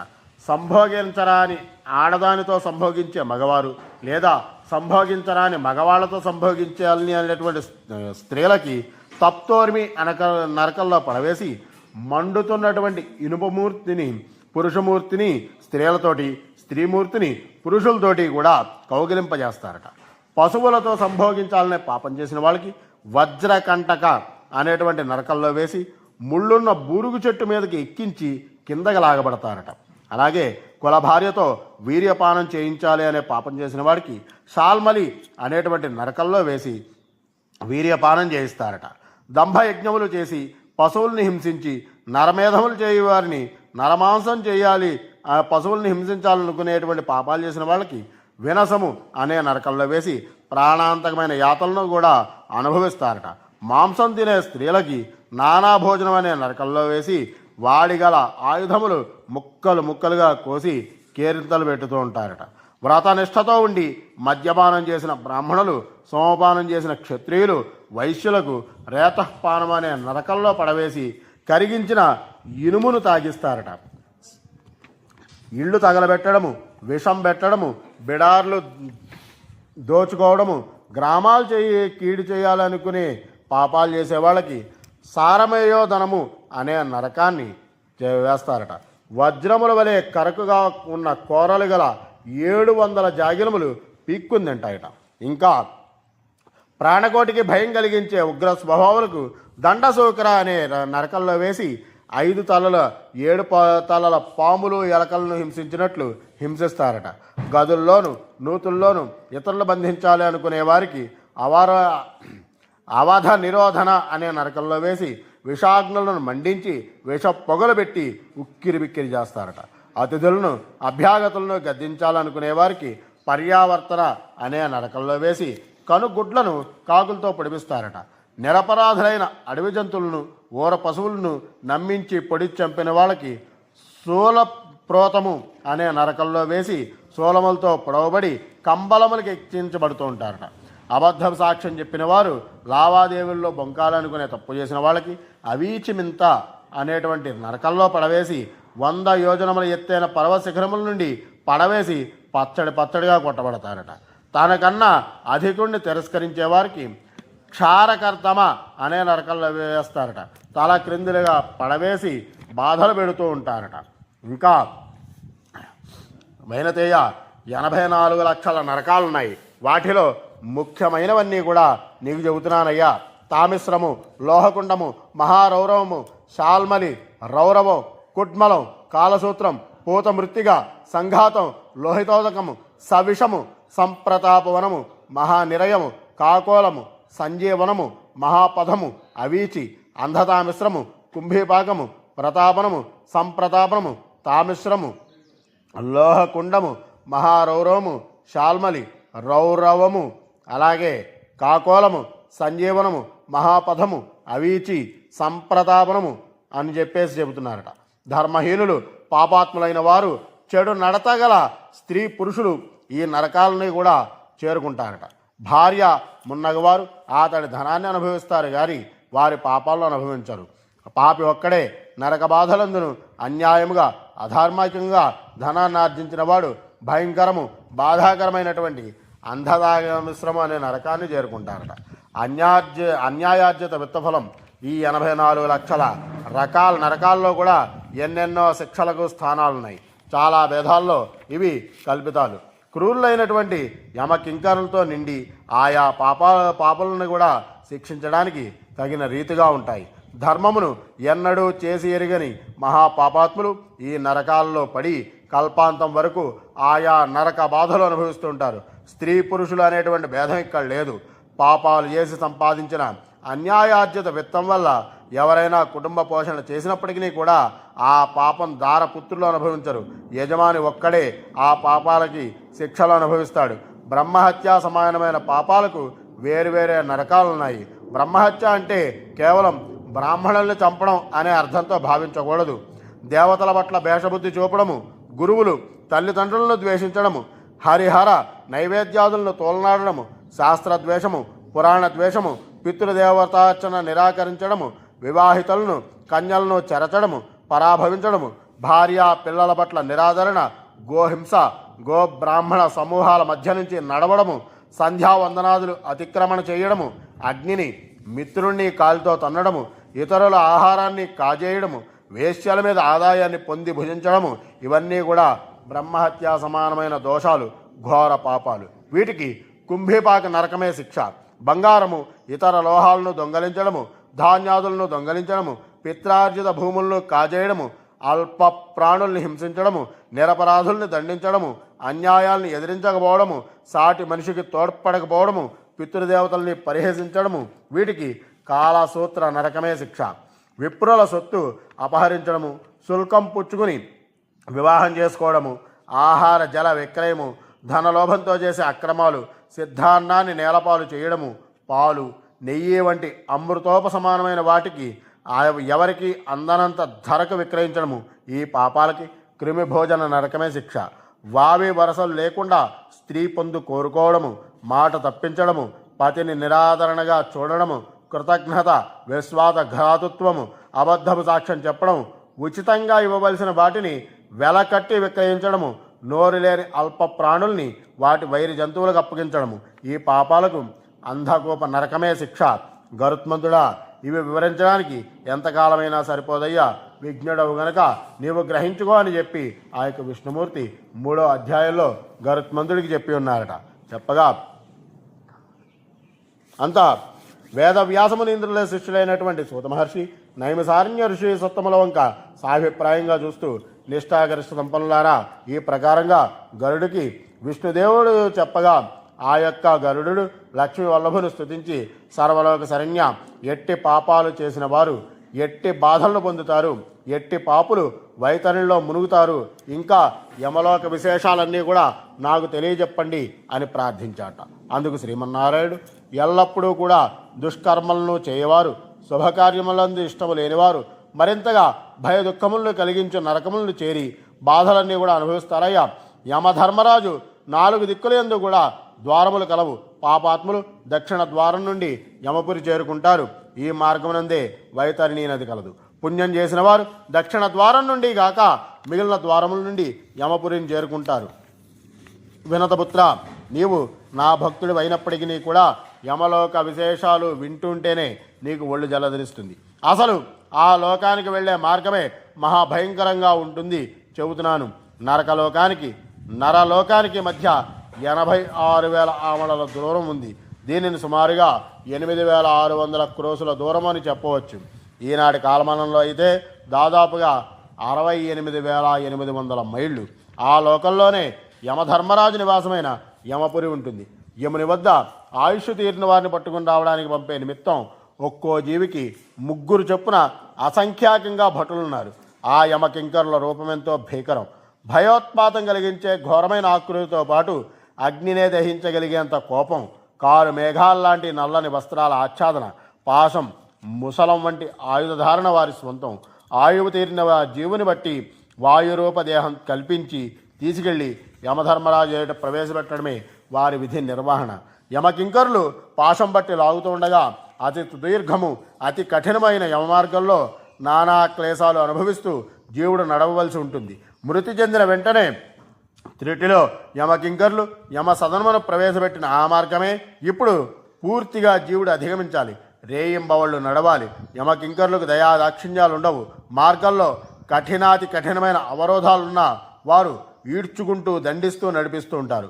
ఈ మార్గంలో మొనదేలిన కత్తులతో సమానంగా ఉండే ఆకులు కలిగిన దట్టమైన చెట్లు నిండిన అసిపత్ర వనం అనే అడవి ఉంటుంది. ఆ అటవీ మార్గంలో ఒకదాన్నొకటి వరుసుకుని ముందుకు చొచ్చుకొని వచ్చినట్లున్న చెట్లు జీవుని శరీరాన్ని ఎక్కడికక్కడే చీల్చేస్తూ రక్తధారలు స్రవింపజేస్తుంటాయి. ఆయువు ముగిసిన వారిని బట్టి వాయు శరీరంలోకి వారిని ప్రవేశింపజేసి తమ ప్రభువైన యమధర్మరాజు ముందు నిలిపి, పరేతరాజా, పాసదండధర, మీ ఉత్తర్వు ప్రకారం ఆయుష్ తీరిన వారిని మీ సన్నిధిని ప్రవేశపెడుతున్నాను. ఇక మేం చేయవలసిందేంటో సెలవివ్వండి అని అడుగుతారు. అప్పుడు ఆ యొక్క మహిషవాహనుడైనటువంటి యమధర్మరాజు, కింకర్లారా, మంచిది, ఈ జీవుణ్ణి 13వ రోజున నా దగ్గరికి తీసుకురండి అని చెప్పడంతో దూతలు ఆ ఆజ్ఞ పాటించి క్షణంలో ఆ జీవుణ్ణి తెచ్చి నరలోకంలో అతడి నివాసానికి చేరువుగా విడుస్తారు. ఆ జీవుడు యమపురికి వెళ్లాల్సిన వాడు కావడం వల్ల మృతి చెందిన వారిని తక్షణమే దహనం చెయ్యరు. యముని ఆజ్ఞ మేరకు ఆ జీవునికి ఇంకా ఈ భూమి మీద వాసయోగ్యత ఉందేమో అని బంధువుల ఆశ. ఆ దారిలో ఆకలి దప్పికలు తీరే అవకాశం లేదు. నేల చదునుగా ఉండనందున పాదాలు బొబ్బలెక్కుతాయి. అరికాళ్లకు గుచ్చుకునే ముళ్లకు అంతుండదు. రక్తం కాలువలై కట్టి ప్రవహిస్తున్న యమభటులకు జాలి కలగదు. వారు అదిలిస్తూ నడిపించక మానరు. మార్గంలోనే ఇదంతా పిండ శరీరం పడే యాతన. ఇక యమపురిలో ప్రవేశించిన వెనుక పడే బాధ వర్ణనాతీతం. ఆ యమపురి ఘోర పాపుల నిలయం. ఎటు చూసినా నరకల బాధలు అనుభవించే వారే హాహాకారాలు మిన్నంటి ప్రతిధ్వనిస్తూ ఉంటాయి. అక్కడ నీరు దొరకదు. మృగతృష్ణ, ఎండమావులు నీరున్నట్లే అనిపిస్తుంది, కానీ ఎంత దూరం పరిగెత్తినా కూడా దాహం తీరే దారి కానరాదు. రక్తాన్ని వర్షించే మేఘాలే తప్ప నీటి బొట్టు రాల్చే మేఘమేది అక్కడ ఉండదు. అలాగే పాపం చేసిన వారికి ఆ పాప తీవ్రతను బట్టి శిక్ష ఉంటుంది.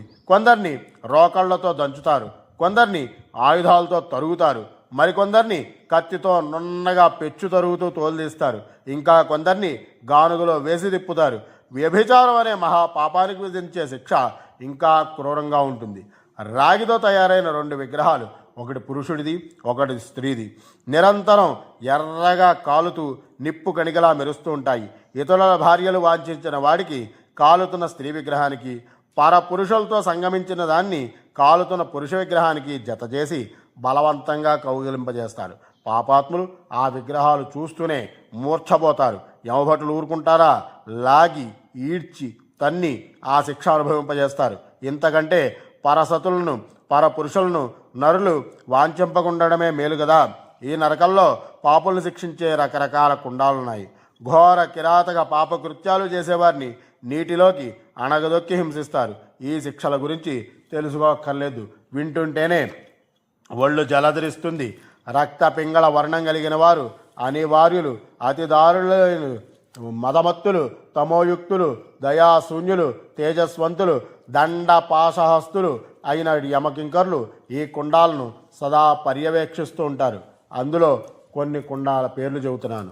1 చూర్ణగుండము, 2 శూలగుండము, 3 శూర్పగుండము, 4 భస్మగుండము, 5 చక్రగుండము, 6 వక్రగుండము, 7 గోళగుండము, 8 సర్పగుండము, 9 మశకకుండము, 10 దంశకుండము, 11 శ్లేష్మకుండము, 12 విట్కుండము, 13 మాంసకుండము, 14 నఖకుండము, 15 రోమకుండము, 16 గాత్రమలకుండము, 17 అశ్రుకుండము, 18 బీజకుండము, 19 అస్థికుండము, 20 చర్మకుండము, 21 దూసికుండము, 22 గరళకుండము, 23 తప్తకుండము, 24 వజ్రదంష్టాకుండము, 25 నక్రకుండము, 26 కాకకుండము, 27 వృశ్చికకుండము, 28 తప్త పాషాణకుండము, 29 తప్త సురాకుండము, 30 దేహదళనకుండము. పితృదేవతలకు పిండం పెట్టనివాడు తన తల వెంట్రుకలు ఎన్ని ఉంటాయో అన్నేళ్లు అస్థి కుండంలో శిక్ష అనుభవిస్తాడు. ఆ పైన కుంటివాడిగా జన్మ ఎత్తి దరిద్రంతో జీవిస్తాడు. హరికి నివేదించకుండా ఆహారాన్ని భుజించిన, హరుని అర్చించగా అభిషేక జాగరణలాదులు అతిచరించిన తప్తసురా కుండంలో 100 ఏళ్ళు నానబెట్టబడతాడు. గోవుని హింసించిన, గోహింసను అడ్డుకోకున్న గోళకుండంలో గిరగిరా దొర్లించబడి గోవు శరీరంపై ఎన్ని వెంట్రుకలుంటే అన్నేళ్లు వృషభ జన్మనెత్తి కష్టతరమైన కృషి చేయబడతారు. అల్ప ప్రాణుల్ని పట్టుకుని హింసిస్తూ వినోదించే వారికి వజ్రదౌష్టాకుండంలోని పదునైన కూరలతో ఎక్కడికక్కడ చీల్చేసే శిక్ష అమలు చేయబడుతుంది. ధనలోభంతో ఎదుటివారి శిరస్సును ఖండించిన, హాని తలబెట్టిన దేహదళన కుండంలో ముక్కలు ముక్కలుగా తరగబడతారు. నరకలోకంలోని విధించే శిక్షలకు ప్రత్యేకంగా ఒక శిక్షా స్మృతినే రాయదగినంత గ్రంథం ఉంది. వైనతయ్య, ముఖ్యాంశాలు నీకు వివరించాను అన్నాడు వాసుదేవుడు.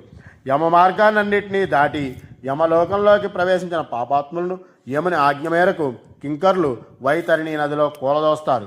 గోదానం చేయని వారే నదిలో ఎన్నో దుఃఖాలు అనుభవించి దాని ఒడ్డున ఉన్న బూరుగు చెట్టును ఆశ్రయించుకుని ఉంటారు. ఊర్ధ్వదేహ క్రియలు చేయబడని వారి దుర్గతి ఇంతే. తప్పుడు సాక్ష్యాలు చెప్పేవారు, వేద బాహ్య ధర్మాచరణాల పట్ల ఆసక్తి లేనివారు, వంచనతో డబ్బు సంపాదించేవారు, పుష్ప ఫల వృక్షాలను పాడు చేసేవారు, వ్రతాలు తీర్థయాత్రలు చేయనివారు, వితంతు స్త్రీలను ప్రలోభపెట్టి చెరచేవారు, భర్తను విడిచి పరపురుషుని కోరే స్త్రీలు ఈ బూరుగు చెట్టు కట్టబడి యమభటులతో కొట్టబడుతూ ఉంటారు. ఇలా కొట్టడం వల్ల కింద పడిన పాపాత్ములను యమభటులు మళ్ళీ నరకంలోకి పడదోస్తారు. వైతరిణి నది 100 యోజనాల వెడల్పు ఉంటుంది. కానీ ఆ నదిలో ప్రవహించేది నీరు కాదు, రక్తం, చీము మాత్రమే. అందులో మొసళ్ళు, పాములు వంటి జీవుని బాధించే జలచరాలు అధికంగా ఉంటాయి.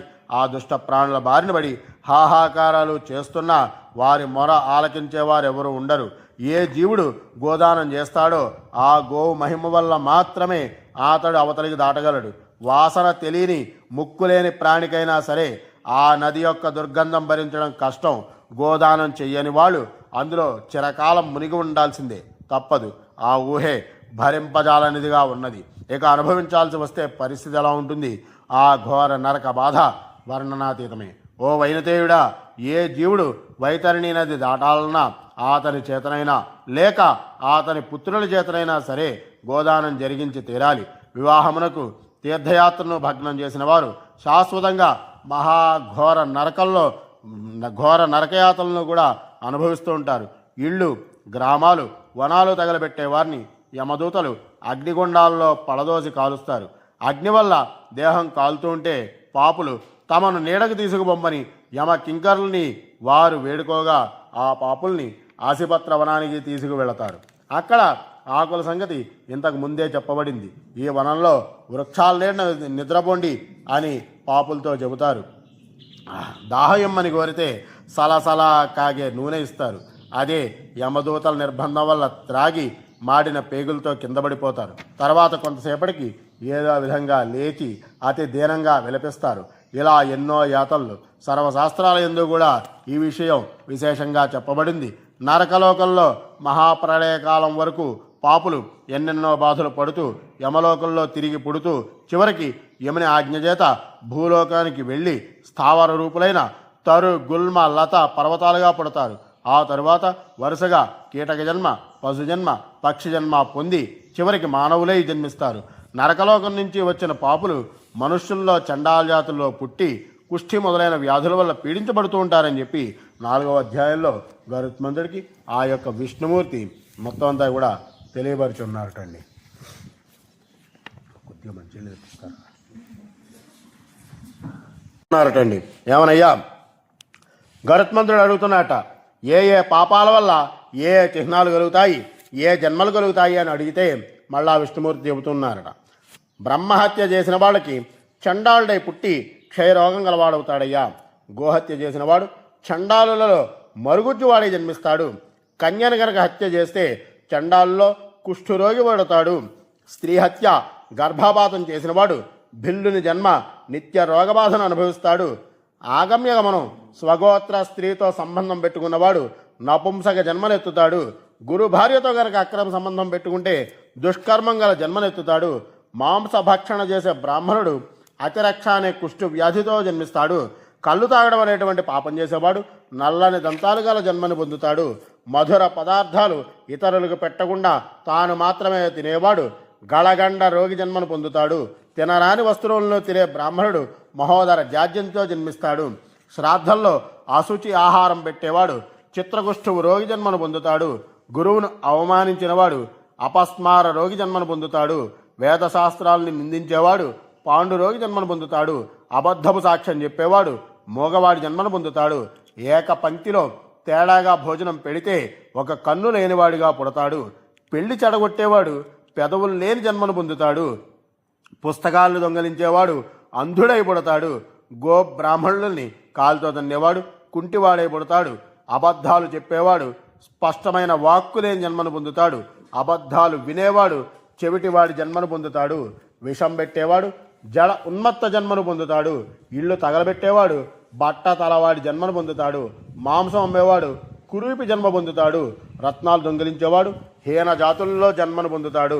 బంగారం దొంగిలించేవాడు పుప్పిగోళ్ల జన్మను పొందుతాడు. లోహాదులను దొంగిలించేవాడు నిర్ధనుడి జన్మను పొందుతాడు. అన్నమును దొంగిలించేవాడు ఎలుక జన్మను పొందుతాడు. ధాన్యమును దొంగిలించేవాడు మిడత జన్మను పొందుతాడు. నీళ్లు దొంగిలించేవాడు చాతకపక్షి జన్మను పొందుతాడు. కూరలు ఆకులు అపహరించేవాడు నెమలి జన్మను పొందుతాడు. పరిమళ ద్రవ్యాలు అపహరించేవాడు చుంచుగా జన్మిస్తాడు.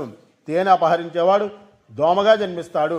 మాంసం అపహరించేవాడు గ్రద్దగా జన్మిస్తాడు. ఉప్పు అపహరించేవాడు చీమగా జన్మిస్తాడు. ఫల పుష్పాలు ఆకులు అపహరించేవాడు అడవిలో కోతిగా జన్మిస్తాడు.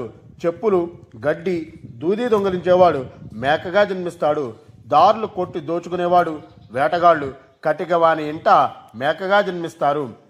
విషం తిని ఆత్మహత్య చేసుకుంటే కొండ మీద నల్ల త్రాచై పుడతారు. యథేచ్ఛగా వ్యభిచరించేవాడు అడవిలో ఏరుగా పుడతాడు. గాయత్రీ జపం సంధ్యోపాసన చెయ్యనివాడు కొంగగా జన్మిస్తాడు. అంతర్దృష్టులు బహిస్సాధువులు పిలవకనే భోజనానికి వచ్చినవాడు కాకిగా పుడతాడు. గురువును అవమానించేవాడు నీరు దొరకని అడవిలో బ్రహ్మరాక్షసుడిగా జన్మిస్తాడు. బ్రాహ్మణులు దానానికి పిలిచి ఇవ్వనివాడు అడవిలో నక్కగా పుడతాడు. మిత్రద్రోహి పర్వతంపై గరద్దగా జన్మిస్తాడు. అమ్మకాలలో మాయ చేసేవాడు గుడ్లగోబై పుడతాడు. ఆచారాలను నిరసన చేసేవాడు అడవి పావురంగా జన్మిస్తాడు. తల్లిదండ్రులు గురువులు సోదరీమణులను ద్వేషించేవాడు గర్భంలోనే అనేకసార్లు మరణిస్తాడు.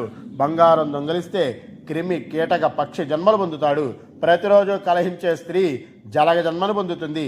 భర్తను కాదని పరపురుషుని కోరిన స్త్రీ బల్లి 2 తలల పాము జన్మను పొందుతుంది. తాపస స్త్రీలతో క్రీడింపరించిన వాడు మరుభూమిలో పిశాచ జన్మను పొందుతాడు.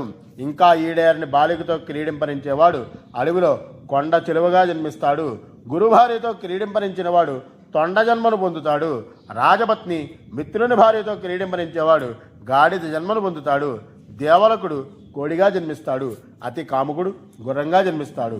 జీతానికి దేవాలయంలో అర్చన చేసేవాడు దేవలకుడు. స్వకర్మలకు సర్వకర్మలకు కూడా ఈతడు బహిష్కరింపినవాడు. మహాపాపి మహా నరకాలు అనుభవించాక తిరిగి భూలోకంలో జన్మిస్తాడు. పరభార్యను హరించిన దాచమని ఇస్తున్న వస్తువును హరించిన బ్రాహ్మణ ద్రవ్యాన్ని హరించిన బ్రహ్మరాక్షసుడై జన్మిస్తాడు. బ్రాహ్మణ ద్రవ్యాన్ని స్నేహం చేత తిన్నా కూడా 7 తరాలు దహించబడతాయి. ఇంకా బలాత్కారంగానో చౌర్యం చేతనో బ్రాహ్మణుని సొత్తు కాజేయ చూస్తే వాడి వంశం నిర్ధూతమైపోతుంది. రాతి పొడిని కానీ లోహాల పిండిని కానీ జీర్ణం చేసుకోవచ్చునేమో కానీ బ్రాహ్మణుని ధనాన్ని జీర్ణింపజేసుకోవడానికి 3 లోకాల్లో కూడా ఎవరి తరము కాదు. దేవ బ్రాహ్మణ ద్రవ్యములను ఏ రీతిగానైనా హరింపజేయ చూస్తే వారి కులములన్నీ కూడా నశిస్తాయి. బ్రాహ్మణాతిక్రమణం చేసినా ఇదే గతి కలుగుతుంది. తనను ఆశ్రయించుకుని ఉన్న వేదశాస్త్ర పారంగతిని కాదని ఇతరుడికి ఇచ్చేటువంటి దానము బ్రాహ్మణ అతిక్రమణం అవుతుంది. వేదం చదువుకోని ఇతరుని విషయంలో దీనికి మినహాయింపు ఉంది. అపాత్రదానం వల్ల క్రమంగా అనేక నరకాలు పొంది పుట్టుగ్రుడ్డి దరిద్ర జన్మ కలుగుతుంది. తానిచ్చిందైనా ఇతరులిచ్చిందైనా పరుల భూమిని హరింపజేయ చూస్తే 60,000 ఏళ్ళు పురుగై పుడతాడు. మహాప్రళయకాల పర్యంతం నరకంలో నివసిస్తాడు. బ్రాహ్మణకు భూమినిచ్చిన వాడే ఆ భూమిని బహుభద్రంగా కాపాడాలి. అలా కాపాడకపోతే కుంటి కుక్కగా జన్మిస్తాడు. ఓ గరుడ, బ్రాహ్మణునికి వృత్తి కల్పిస్తే 1,00,000 గోదానాల ఫలం. అదే వృత్తిని హరిస్తే కోతి కుక్క జన్మ సంప్రాప్తించడం ఖాయం. ఇంతవరకు చెప్పబడిన జన్మలు ఆయా పాపులకు యమలోక బాధలు అనంతరం తథ్యం. వరుసగా పశుపక్షాదుల జన్మలు ఎత్తాక మానుష జన్మనెత్తి మరలా పుడుతూ చస్తూ ఉంటారు. ఇలా చతుర్వేద భూతజాలను కూడా తిరుగుతూ ఉంటుంది. నా మాయచేత భూలోకంలో కొన్నాళ్ళు, నరకలోకంలో కొన్నాళ్ళు కర్మపాశబద్ధులై ఈ మనుషులు తిరుగుతూ ఉంటారు. ఎన్ని కల్పాలకైనా అనుభవించనిదే పూర్వకృత కర్మ నశించదు. ఏ ఏ పాపాలు చేసి ఆర్జించిన వాటి ఫలితంగా వచ్చే నరకాన్ని నుంచి ఆ సంపాదనా పరుణ్ణి భాగ్యస్తులెవరూ తప్పించలేరు. వాటన్నిటికీ అతనొక్కడే బాధ్యతుడు. సరే, ఇంత మోసంతో సంపాదించిన ధనమైనా వెంట వస్తుందా? అది రాదు. బంధువులు మొదలైన వారు శవంతో శ్మశానం వరకు పోయి మళ్ళీ తిరిగి ఇల్లు చేరుకుంటారు. దీన్ని బట్టి ఏం తేటతల్లమవుతోంది? కేవలం ఆ జీవి చేసిన పుణ్య పాప కార్యములు మాత్రమే ఆ జీవి వెంట వెళ్ళగలవు. నా భక్తుడైన వారికి, బ్రాహ్మణునికి దానంగా ఏ ధనమైతే ఇవ్వబడదో అది అనుభవించ అతడు అధికారి కాబోడు. పూర్వజన్మలో దాన ధర్మాలు చేసినప్పుడే ఇప్పటి జన్మలో భాగ్యం సిద్ధిస్తోంది అని గ్రహించుకోవాలి. ఈ జన్మలో చేసే దాన ధర్మాలు తదుపరి జన్మలో ఆ జీవిని తప్పక భాగ్యశాలి చేయగలవు. ఎవరైతే ఈ దాన ధర్మాలు భక్తి శ్రద్ధలతో చేస్తారో వారే ధర్మార్థ కామమోక్షాలని పొందడానికి అర్హులు. ఇచ్చే దానమైన భక్తి శ్రద్ధలతో కూడుకుని ఉండాలి. దాన ధర్మాలు చేయడం ద్వారా కోరినవి కోరినట్లుగా సిద్ధింపజేసుకోవచ్చు. భక్తితో చేసిన ధర్మం అణుమాత్రమైన మేరువుతో సమానం. ఇక్కడ ఒక ధర్మ సూక్ష్మం ఉంది. దాన ధర్మాలకు వెచ్చించే ద్రవ్యం న్యాయంగా సంపాదించేందై ఉండాలి. అన్యాయార్జిత ధనము దాన ధర్మాలకు ఉపయోగపడదు. ఎవరైనా అటువంటిది వినియోగిస్తే అది ఫలరహితమవుతుంది, ఆశించిన ఫలితం ఇవ్వదు. ప్రజల నోళ్లు కొట్టి సంపాదించిన ధనం దానం చేస్తే లేదా భగవదర్పణ చేస్తే పుణ్యం లభించదు సరిగదా, మరింత పాపహేతువు కాగలదు. నీతి నియమాలు చెప్పి చేయే వ్యాపారములు, కార్యకలాపముల వల్ల సమకూడిన ధనంతో పుణ్యం గుణాలని చూడడం అవివేకం అనిపించుకుంటుంది. సాటి జీవిని పీడించి సాధించిన ధనంతో ఎన్ని ప్రజాహిత కార్యక్రమాలు చేపట్టినా ప్రయోజనం శూన్యం. అంతకంటే సాటి జీవుల్ని హింసించకపోవడం, వారిని పీడించి ధనం ఆర్జించకపోవడం విశేష పుణ్యదాయకం. నా పరమపదం పొందడానికి బ్రహ్మ దేవేంద్రాదులకే దుర్లభం. అటువంటిది కేవలం మనశుద్ధితో, విత్తశుద్ధితో చిన్న దానం చేసిన ఆ జీవికి నా పరమపదాన్ని అనుగ్రహిస్తున్నాను గరుత్మంతుడా. అందుకే ఇది అతి రహస్యమైనది, పాపాత్మలకు అర్థం కానిదని నీకు మొదటే చెప్పి ఉన్నాను. కనుక భక్తి శ్రద్ధలతో దాన ధర్మాలు చేసేవారంతా మొట్టమొదట తాము ఆర్జించినది ధర్మ సమ్మతమైన ద్రవ్యమా, పరపీడన ద్వారా పోగు చేసినట్టు ద్రవ్యమా అని ఎవరికి వారే జాగరూకులై గమనించుకోవాలి. స్వార్జితం ధర్మ సమ్మతమైన ధనాన్ని భక్తితో దానం చేయాలి అని చెప్పి తెలియపరిచాడు ఆ యొక్క విష్ణుమూర్తి. 10వ రోజున ఏర్పడిన పిండదేహాన్ని 13వ రోజున కింకర్లు లాక్కుని వెళ్ళిపోయే తీరు ఎలా ఉంటుందయ్యా అని అంటే గనక, రాను రాను అంటూ మొరాయించే కోతిని తాడుగట్టి ఈడ్చుకు వెళుతున్న చందంగానే ఉంటుంది. అయ్యో నాకేది దారి, నేనిక్కడ ఎన్నో ఇక్కట్లు పడుతున్నానే, ఏం చెయ్యాలి, ఈ నరకబాధను ఎలా తప్పించుకుంటాను, బ్రతికున్నప్పుడు నా మేలు కోరి చెప్పినటువంటి సాధు సత్పురుషులను పరిహాసం చేశానే, సర్వేశ్వరుడు ఉన్నాడని, సత్కర్మలకు స్వర్గఫలము, దుష్కర్మలకు నరక ఫలం తప్పదని, దుర్మార్గాలు ఆచరించగా సన్మార్గంలో నడవవలసిందే అని వాళ్ళు చెప్పే హితోక్తులను పెడచెవిన పెట్టానే. ఇప్పుడిక్కడ ఈ యమకింకర్లు పర్వతాలందేసి సమ్మెడలతో ఇనపగదులతో బాదుతున్నారే, అబ్బా ఈ బాధ భరింపదక్యంగా ఉన్నదయ్యా. అయ్యో పెద్దలకు ఏ ఉపకారాన్ని కూడా చేయలేకపోతుంది, కనీసం చేసేవాళ్ళకు కూడా తోడ్పడలేదు, తీర్థయాత్రలు చేయలేదు, చేసేవారినైనా ప్రశంసించలేదు, మేలైన పూజలు అర్చనలు నిర్వహించలేదు కదా, కనీసం చేసేవారికి పర్యచర్యలైనా చేయలేదు. నీళ్లు లేని చోట చలివేంద్రాలు ఏర్పరిచి ఉన్నా బాగుండేది. ఒక చెరువునో నూతినో ప్రజోపయోగం కోసం తవ్వించగలిగానా? మొత్తం నా భూమి అంతట్లో పైరు వేసుకుని అంతా నా స్వార్థానికే వాడుకున్నాను. అందులో కొంత మేరకైనా పచ్చిక కోసం, పశువుల కోసం వదలకపోతిని. సాధ్యమైనంతలో నిత్యం చిన్న దానమైనా చేయలేకపోతిని. ఆ వేద శాస్త్రాల వంటివి అభ్యాసించగల నేర్పు ఓపిక లేకున్నా కనీసం శ్రీమద్ రామాయణ భారత భాగవతాలను స్వహస్తంతో రాయడమో, ఆ గాథలను చెవులారా వినడమో చేయలేకపోయాను. వ్రాయించడమో కనీసం క్రమమునకు చదవాలని ఆశగల వారికి ఇప్పించలేకపోయాను. చదవడమో చదివించడమో చేసినా బాగుండేది. ఆహా ఏమి నా దౌర్భాగ్యము! శ్రీహరికి అత్యంత ప్రీతిపాత్రమైనటువంటి ఏకాదశి నాడు ఉపవాసం చేయలేకపోయాను. కనీసం కలలోనైనా ఒక్కడంటే ఒక్కడి కూడా సత్కార్యం చేయలేకపోయానే. పైగా చెడు పనులలో ఏ ఒక్కడి కూడా విడిచిపెట్టకుండా చేశాను. మహాపాపినే నేనేనిప్పుడు శిక్ష అనుభవంలోకి వస్తూ ఉంటే ఎంత విచారించి ఏం ప్రయోజనం అని పరిపరి విధములా ఏడుస్తూ కింకర్ల యొక్క ఆదరింపునకు భీతిల్లుతూ నరకాలను అనుభవిస్తుంటాడని చెప్పి ఆ యొక్క శ్రీమన్నారాయణుడు తన భక్త వరేణ్యుడైనటువంటి గరుత్మంతుడికి యమ మార్గం ఎంత కఠినంగా ఉంటుందో ఆ యొక్క 5వ అధ్యాయంలో వివరించున్నారట. వివరించగా మరలా ఆ గరుత్మంతుడు అడుగుతున్నట్ట, అయ్యా జనార్దన, నరకం నుంచి వచ్చిన పాపులు తల్లి గర్భంలో ఎలా ప్రవేశిస్తారయ్యా, ఎలా జన్మిస్తారు, గర్భాది దుఃఖాదులు ఎలా అనుభవిస్తారు అని గరుత్మంతుడు అడుగుగా ఆ యొక్క భగవంతుడైనటువంటి విష్ణుమూర్తి వివరిస్తున్నట్ట. పూర్వకాలంలో దేవేంద్రుడు వృత్తాసుని చంపగా అతడికి బ్రహ్మహత్యా పాతకం ఆక్రమించింది. అందుకు దేవేంద్రుడు బ్రహ్మను ఆరాధించగా అతడు కరుణించి ఆ పాతకాన్ని 4 భాగాలుగా చేసి స్త్రీల రజస్సులో ఉండేలా ఏర్పాటు చేసి అంతర్హితుడైనాడు. అప్పటి నుంచి స్త్రీలు బహిష్టులయ్యే కాలంలో మొదటి 3 రోజులు నరకలోకం నుంచి వచ్చిన పాపాత్ములకు తల్లులవుతున్నారు. ఈ పాపులు పురుష రేతఃకణం ఆశ్రయించి పూర్వజన్మ కర్మానుసారం దేహోత్పత్తి కోసం స్త్రీల గర్భాల్లో ప్రవేశిస్తారు. గర్భంలో ప్రవేశించిన 1 రోజుకు కలిలం అవుతుంది, 5 రోజులకు బుద్భుదాకారం, 10 రోజులకు బదరీఫలం అంటే రేగుపండు యొక్క ప్రమాణము, 1 మాసానికి శిరస్సు, 2 నెలల కాలానికి భుజాలు, 3 నెలలకి గోళ్ళు, రోమాలు, చర్మం, గుహ్యావయవాలు, 4 నెలలకి సప్త ధాతువులు, 5 నెలల కాలానికి ఆకలి దప్పికలు, 6 నెలలకి జరాయువుతో కప్పబడతాడు, 7 నెలల కాలానికి జ్ఞానం కలిగి సూతి కావాతాలచే ఇటు అటు కదల్చబడతాడు. ఈ కాలంలో పరమాత్మను ప్రార్థిస్తుంటాడు. అశుభములను పోగొట్టును సర్వ జగములకు ఆధారమై ఉన్న శరణాగతవత్సలైన శ్రీపతి అయినటువంటి విష్ణువును శరణం కోరుతున్నాను.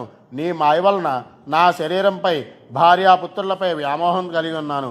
నేను అహంకారం, అభిమానం వీటితో సంసారంలో చిక్కి ఉన్నాను.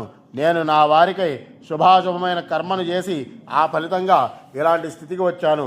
నేను చేసిన కర్మ ఫలంలో భాగం పొందిన భార్య మొదలైన వారు నన్ను వదిలేశారు. నేను నా పూర్వజన్మలోని దశను మరవను. ఈ గర్భంలోంచి బయటకు వచ్చిన తర్వాత నీ పాదాలను స్మరిస్తాను, ముక్తి మార్గాన్ని ప్రయత్నిస్తాను. ఈ గర్భ నరకంలోంచి బయటికి ఎప్పుడు వస్తానో తెలియదు. నీ దయవలన నాకింతవరకు ఇట్టి జ్ఞానం కలిగింది. స్వామి, బయటికి వచ్చి మళ్ళా ఈ సంసార జన్మ లంపడంలో చిక్కుకోవాలని లేదయ్యా. జన్మించిన తర్వాత పాపకర్మలు చేయకుండా ఉండలేను. జన్మిస్తే ఈ స్థితి తప్పదు. స్వామి, ఎలాగైనా మంచి పనులు చేసి సంసార బంధం నుంచి నన్ను నేను విడిపించుకోవడానికి ప్రయత్నిస్తాను. స్వామి, గతంలో పూర్వజన్మలో భార్యాపుత్రులనే మమకారంతో చేయరాని పాపాలని చేసి ఉన్నాను. నన్ను అనుగ్రహించు. ఈ పాపాలను ఈ జన్మలోనైనా చేయకుండా ఉండేలా సద్బుద్ధి ప్రసాదించు అని వేడుకోగా 10వ నెలలో ఆ జీవుని ప్రసవ మారుతం బయటికి వెడలగొట్టగా భూమి మీద పడి మలమూత్రాల్లో క్రిమిలా కదులుతాడు. అప్పుడు జ్ఞానం నశించి అజ్ఞానం ఆవరిస్తుంది. అంటే ఇహలోకపు మాయ ఆ జీవుణ్ణి కమ్ముకుంటుంది. గర్భంలో ఉన్నప్పుడు కలిగే వైరాగ్యం, రోగ వైరాగ్యం, శ్మశాన వైరాగ్యం మొదలగు వాటి వల్ల జనించే జ్ఞానం, పురాణ శ్రవణం వల్ల కలిగే జ్ఞానం స్థిరమైనప్పుడు మనుషులందరికీ ముక్తి తప్పక వస్తుంది. అంటే వైరాగ్యనితమైన జ్ఞానం లేదా ప్రేరణజనితమైన జ్ఞానం తాత్కాలికమే. ఇలా గర్భంలో అనేక యాతనలు పొంది జన్మించి అనేక బాధలు పొందుతాడు. ఇలా బాల్యాన్ని, యవ్వనాన్ని, విపరీత భావాలని పొందుతాడు. శాస్త్రములను, సత్పురుషులను తిరస్కరించి దేవమాయలకు లోబడి ఆయా ఇంద్రియాలకు లోబడి అనేక బాధలు పడతాడు. అహంకారంతో అనేక పాపాలు చేస్తాడు. దుర్లభమైన మనుష్య జన్మను పొంది సత్కర్మలు చేయక దుష్కర్మలనేవి చేసి పాపాత్ముడవుతాడు. శైశవ బాల్య దశల నుంచి యవ్వన దశలన్నీ కూడా ఇవి అని చెప్పరాని బాధలకు, దుఃఖాలకు నిలవు. ఏ జంతువైనా శబ్దంతోనో, రూపం వలనో, స్పర్శ వలనో, గంధం వలనో వంచబడుతూనే ఉంటుంది. ఈ మానుష్య జన్మము ఎంత ఉదాత్తమైనదో అంత జటిలము, అంతగానూ లంపటహేతువు. పుణ్య సముపార్జనకు ఎంత అనుకూలంగా ఉన్నదో ఇహలోక లంపటాల్లో తగులుకోవడానికి అంతే అనువుగా ఉన్నది. కారణం ముందే చెప్పినట్లుగా ఇంద్రియ చాపల్యం. వీటితో జ్ఞానాన్ని సముపార్జించుకోవడమా, విషయ వాంఛలకు లోబడడమా అనేది ఆయా మానవుల యొక్క విచక్షణ మీద, స్వతంత్ర నిర్ణయాశక్తి మీద ఆధారపడి ఉంది. ఈ 5 ఇంద్రియాలను దేని నిమిత్తం వినియోగించాలని మనిషి ఆశిస్తున్నాడో దానిని బట్టి అతని పుణ్య పాప కార్యాలుంటాయి. ఐహికంగా సుఖాలు అనుకుంటున్నవి నిజంగా ఆముష్మిక సాధనకు ఆటంకాలు. వీటిని జయించి భ్రమలకు లోను కాకుండా జీవితం గడుపు వారికి స్వర్గం తథ్యం. ఇంద్రియాలు నిరంతరం భ్రమలకు గురి చేస్తూ ఉంటాయి అనడానికి కొన్ని ఉదాహరణలు ఉన్నాయి. ఎలాగయ్యా అంటే, ఒక జింక ఉందనుకుందాం. దాన్ని వలలో వేసుకోవడానికి బోయవాడు ఒకడు వేణు ఊదాడు. అప్పుడు ఆ జింక శ్రవణేంద్రియం వేణునాదం పట్ల ఆకర్షితమై అలాగే మైమర్చిపోతుంది. అప్పుడు కృష్ణ జింక సులభంగా బోయవానికి కట్టబడుతుంది. ఇక్కడ జరిగింది ఏమిటయ్యా అంటే గనక, కృష్ణ జింక తన చెవుల్ని ఆధీనంలో ఉంచుకోలేకపోయింది. ఆపద కొని తెచ్చుకున్నది. ఒక గజరాజు ఉన్నాడు. బలంలో ఆ గజరాజుకు సాటి గల జంతువేది కూడా లేదు. ఎన్నో రెట్లు బలం తక్కువగా ఉన్నా కూడా మావటివాడు ఏనుగులు సంచరించే ప్రాంతాల్లో పెద్ద గోతులు తీసి పలచగా ఆకులు అలములు వాటిపై కప్పి ఆ దరిదాపుల్లో ఆడ ఏనుగుతో ఘీంకారాలు చేయించాడు అనుకుందాం. గజరాజు ఏనుగు సంపర్కం కోసం వెంపర్లాట్లో పడి కన్ను గానక ఆ గోతుల్లో పడిపోతుంది. ఇక్కడ విషయవాంఛ వల్ల ఏనుగు ఇక్కట్ల పాలైంది. స్పర్శ సుఖం కోసం ఆరాటం ఆపదకరం. దీపం పురుగులున్నాయి, దీపాన్ని తాకి మాడిపోతూ ఉంటాయి. తేనెటీగలు ఎంతో శ్రమించి కూడబెట్టిన తేనె జిహ్వ చాపల్యం కొద్దీ కొంత తాగి మత్తులో ఉండగానే వేటగాడెవడో వచ్చి మంటబెట్టి వాటిని మట్టుబెట్టి వాటి జిహ్వ చాపల్యం తీరకుండానే తేనె సొంతం చేసుకుంటాడు. మాంసపు ముక్కని గాలపు ముళ్ళు గుచ్చి ఆ వాసనకు చేప ఆకర్షింపబడగానే గాలానికి తగులుకునేలా ఏర్పాటు చేస్తాడు జాలని. ఇక్కడ చేపలను వాటి యొక్క నాసిక మోసం చేసింది, ఆపదల పాలు చేసింది. మనిషి కూడా ఇంతే. ఒక్కొక్క ఇంద్రియం చేత కొందరు, అన్ని ఇంద్రియాల చేత ఇంకొందరు, కొన్ని ఇంద్రియాల వల్ల మరికొందరు మోసపోయి తమ జీవితకాలాన్నంతా వ్యర్థం చేసుకుంటారు. ఆశాపాసాల చేత మోహితుడైన మనిషి పైన చెప్పబడిన దృష్టాంతాల మాదిరిగా నాశనం అవుతున్నాడని చెప్పడానికి ఏమైనా సందేహమా? బంగారాన్ని చూసి దీపం పురుగుల ఆపత్తు కొని తెచ్చుకునే వాళ్ళు కొన్నారు. కాసుల గలగలకు లొంగి దాన్ని అపహరించాలి అనుకునే ఆశతో జింకల ప్రాణం మీదకు తెచ్చుకోగలరు. పరభార్యల పట్ల ఆసక్తితో ఏనుగుల గోతులో పడి అధములైన ఉత్తములు అనేకులుంటారు. భార్యాపుత్రులనే తేనెలా భావించి అన్నీ సమకూర్చితే వాళ్లే తనకు కాకుండా పోయినప్పుడు తేనెటీగ మాదిరి వగచేవారున్నారు. అధికారం పదవి ఆశించి చేపలాగా ముళ్ళుకు చిక్కి విలవిల్లాడేవాళ్ళు ఉన్నారు. పదవి నిర్వహణలో సుఖం ఉందనుకోవడం కూడా భ్రమే. బాలుడైనా యవ్వనం గలవాడైనా వృద్ధుడైనా జరిగిపోయిన రోజుల్ని లెక్కించే ఎముడొకడున్నాడని తెలుసుకోబోలేదు. లోకాల్లో జనులు పుట్టి పుట్టి మరణిస్తూనే ఉన్నారు. జననం అనేది ఇతరులకు తెలియకుండా ఎలా జరిగిపోతుందో ఆయువు తీరిపోయాక ప్రాణం కూడా అలాగే పోతుంది. కానీ భార్యాపుత్రులను విడిచి అందరూ చూస్తుండగానే మరణిస్తాడు. లోకంలోకి తానొక్కడే ఎవరి తోడు లేకుండా ఎలా వస్తున్నాడో పోయేటప్పుడు కూడా ఎవరి తోడు లేకుండా ఒక్కడే పోతాడు. మరణించిన వారి దేహాన్ని భూమిపై కట్టెలాగా ఉంచి బంధువులంతా హాహాకారాలు చేస్తూ ఉంటారు. వాళ్ళు అలా ఏడవడం వల్ల ప్రయోజనం ఏమైనా ఉంటుందా? ఏమీ ఉండదు.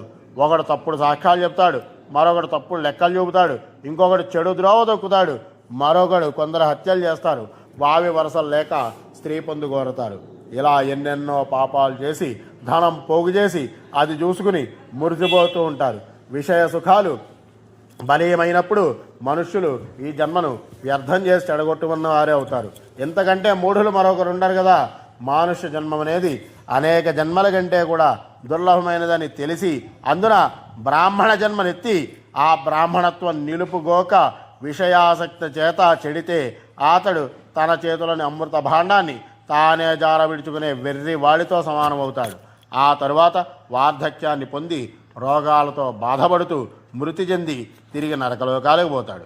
ఇలాగే గతాగతములతోటి పాపాత్ములు కర్మబద్ధులై నా మాయా మోహితులై ఎన్నటికీ వైరాగ్యం పొందక సంసారంలో పడి మునిగి తేలుతూ దుఃఖిస్తూ ఉంటారు. పాపులు నరకానికి వెళ్లే విధానం వివరించబడింది. గరుడ ఇంకేం వినగోరుతున్నావయ్యా అని అడిగితే అప్పుడు మరలా ఆ గరుత్మంతుడు అంటున్నట్ట, పిండ శరీరాకృతి జీవుడు ఏ విధంగా పొందుతాడో మొత్తం చెప్పండి అయ్యా అని అడిగాట. యమదూతలతో పరిగ్రహించబడిన వాయు శరీరం గల ఆ జీవుడు కాల్చడానికి పేర్చిన చితికి 10 మూరల దూరంలో నిలిచి ఉంటాడు. అగ్నిచేత తన దేహానికి తగిలే జ్వాలల సెగకు హాహాకారాలు చేస్తాడు. ఆ జీవుడు ఏ కొద్దిపాటి పుణ్యం చేసిన వాడు అయితే ఈ దేహం విడవడమే మంచిదని సంతోషిస్తాడు. శిరస్సు దహనమయ్యే వరకు ఆ జీవునికి శరీరం మీద ఆశ వదలదు. శిరస్సు మొదలు యావత్ దేహం కాలి భస్మమైన పిదప జీవునికి పిండ శరీరం ఏర్పడుతుంది. ఇది ఎలాగా అంటే పుత్రుడు మొదటి రోజున చేసేటువంటి కర్మ వల్ల వేసే పిండం వల్ల శిరస్సు, రెండో రోజు పిండం వల్ల కంఠము భుజాలు, మూడవ నాడు వక్షము, నాలుగవ నాడు పిండం వల్ల పొట్ట, ఐదవ నాడు పిండం వల్ల బొడ్డు, ఆరో నాడు పిండం వల్ల పిరుదులు, ఏడో నాడు పిండం చేత గుహ్య అవయవాలు, ఎనిమిదవ నాటి పిండం వల్ల తొడలు, తొమ్మిదవ నాటి పిండం వల్ల కాళ్ళు కలిగి, పదవ నాటి పిండం వల్ల పూర్తి శరీరం అంతా కూడా ఏర్పడుతుంది. జీవుడు చావడానికి పూర్వం తాను భార్య పిల్లలతో ఉన్నటువంటి ఇంటికి వచ్చి లోపలికి పోలేక ఆకలి దప్పులతో వ్యధ చెందుతూ వచ్చిపోయే వాళ్ళని చూస్తూ ఆ ఇంటి వాకిట్లోనే నిలిచిపోతాడు. పిదప ఆ జీవుడు 11వ రోజు 12వ రోజు తన పుత్రుడితో బ్రాహ్మణులకు ఇవ్వబడిన దాన్ని భుజించడం ద్వారా ఆకలి దప్పికలు తీర్చుకుంటాడు. తిరిగి 13వ రోజున యమభటులు లాగుతూ ఈడ్చుకొని పోతూ ఉంటే తన వాళ్ళని వదిలి రాలేక ఏడ్చుకుంటూ మొత్తుకుంటూ యమలోకం చేరుకుంటాడు. గరుడు ముకుందుడిని చూసి, స్వామి, ప్రేతజన్మం పొందిన వారు దాని నుంచి ఎలా విముక్తులవుతారు? ఎవరినైనా గారి ప్రేతం ఎంతకాలం పీడిస్తుంది? ఈ పీడ నివారణార్థం ఏం చేయవలసి ఉంటుంది? సవివరంగా నాకు తెలియజేయండి అని ప్రార్థించగా మరలా విష్ణుమూర్తి చెబుతున్నట్ట. ప్రేతజన్మం పొందినవాడు తన కులానికి చెందిన లేదా తమ వంశానికి చెందిన వారిని బాధించిన లేక వారికి స్వప్నంలో కనిపించిన ఆ విషయాన్ని వెంటనే పెద్దలకు తెలియపరచాలి. వారు విధించిన ప్రకారం చింతన కలిగి ప్రవర్తించాలి. మామిడి, కొబ్బరి, పనస వంటి ఫల వృక్షాలు, చంపకం, అశ్వత్థ వంటి మహావృక్షాలు, రకరకాల పూల చెట్లు పెంచాలి. బ్రాహ్మణులకు భూరి దానాలు చేయాలి. పశువుల మందలు విస్తారంగా మేయడానికి అనుగుణంగా కొంత భూమిలో పచ్చిక బయళ్లు విడవాలి. నీటి కోసం బావులు, చెరువులు త్రవించాలి. భగవద్భక్తులకు, పరమ భాగవతోత్తములకు కైంకర్యాలు చేయించాలి. గంగానది వంటి పుణ్యతీర్థాలలో స్నానం చేసి దాన ధర్మాలు చెయ్యాలి. ప్రేత జన్ముని దోష కారణంగా ఎవరికైనా ఇటువంటి ధర్మ కార్యాల మీద ఆసక్తి జనించకపోయినా, ధర్మ కార్యాచరణ జరపకపోయినా కష్ట నష్టాలు వృద్ధి అవుతాయి. ప్రేతజన్ముడే వచ్చి బాధించకపోయినప్పటికీ తనకు తానుగా ధర్మ కార్యాలను ఆచరించేవారి సుఖ సౌఖ్యాలు వృద్ధి పొందుతాయి. అంతేగాక ఈ దాన ధర్మాల వల్ల ఆ జీవుడికి ప్రేతత్వం వదిలిపోయి యమలోకానికి చేరి ప్రేత శరీరాన్ని విడుస్తాడు. నీవు ఇంతకుముందు యమలోకపు దారిలో వైతరిని కావాలా విచిత్రమైన పిశాచాలున్నాయని చెప్పడం గుర్తుంది కదా. ఈ ప్రేత దేహులందరూ కూడా అలాంటి వాళ్ళే అనగా అప్పుడు మరలా గరుత్మంతుడు అడుగుతున్నట, స్వామి, నారాయణ బలి అంటే ఏమిటి అని అడిగితే అప్పుడు మరలా విష్ణుమూర్తి చెబుతున్నాడు, ఓ పక్షిరాజా, ప్రేత దేహధారి వల్లనే ఈ బాధలు కలుగుతున్నాయని పెద్దలు, జ్ఞానవృద్ధులు నిర్ధారించినప్పుడు సంశయమందగా విశ్వసించాలి. తర్క వితర్కాలు పనికిరావు. ఇందువల్ల ప్రేతదేహుని బాధలు తనకి నివర్తించడమే గాక తన వంశీకుడైన పితృదేవతకు కూడా మెలుగులుతుంది కదా. దాన ధర్మాలు, విశేష పుణ్యకార్యాలు చేయలేకపోయినా నారాయణ బలి అనే ఒక క్రియనైనా ఆచరించవచ్చు. కానీ ఇవి ఆచరించాకనే నారాయణ బలి ఆచరించడం వల్ల విశేషమైన ఫలితం ఉంటుంది. స్నానము, జపము, హోమము, దానము ఇది క్రమము. పైగా పైన చెప్పబడిన సర్వపాప నివృత్తిదాయకము. పుణ్యకాలంలో పుణ్యక్షేత్రాల్లో పితృప్రీతిగా ఆచరించడం శ్రేష్టము. ప్రతి మానవుడికి తల్లి, తండ్రి, గురువులే ముఖ్య దైవాలు. దేహాన్ని కలుగుచేయడం చేత, సన్మార్గం బోధించడం చేత ఈ ముగ్గురే ముఖ్యులవుతారు. ఏ కాలమునైందైనా సరే వీరు పూజనీయులే. వారు చెప్పినవి అనుసరించదగినవి. ముఖ్యంగా మాతాపితరుల సేవ చేయవాడు తల్లిదండ్రుల పట్ల భక్తి కలిగి ఉంటాడు. దేవ బ్రాహ్మణ పూజ చేయలేకపోయినా, తీర్థయాత్ర చేయలేకపోయినా అట్టివాడికి దోషాలు అంటవు. తల్లిదండ్రుల్ని పూజించగా ఎన్ని ధర్మ కార్యాలు చేసినా అవి వ్యర్థమే అవుతాయి. తల్లిదండ్రులు ఉండగా దాన ధర్మాలు చేయడం, వారు మరణించిన వెనుక దాన ధర్మాలు చేయడం, ఇవి వేర్వేరు ఫలితాన్ని ఇస్తాయి. ఈ కేవలం పితృప్రీత్యర్థం కర్మకాండ నిర్వర్తించే వారికి శ్రద్ధ లోపించిన ఆ దానాల ఫలితం దక్కదు. కనుకనే శ్రాద్ధము అన్నారు. ఆత్మహత్యలు కానీ, హత్యలు కానీ జరిగి అర్ధాంతరంగా ఆయువు ముగిసిన వారు, ఉదాహరణకి నూతిలోనో ఏట్లోనో పడడం, కత్తితో నరగబడడం వంటివి ఏడాది వరకు కర్మకాండ చేయక ఉండవలసిందే. అనగా వాళ్ళు మృతి పొందిన నాటి నుంచి సంవత్సరం వరకు ఏ దానం కానీ, తీర్థయాత్ర కానీ ఆ ఇంట శుభకార్యం కానీ జరగకూడదు.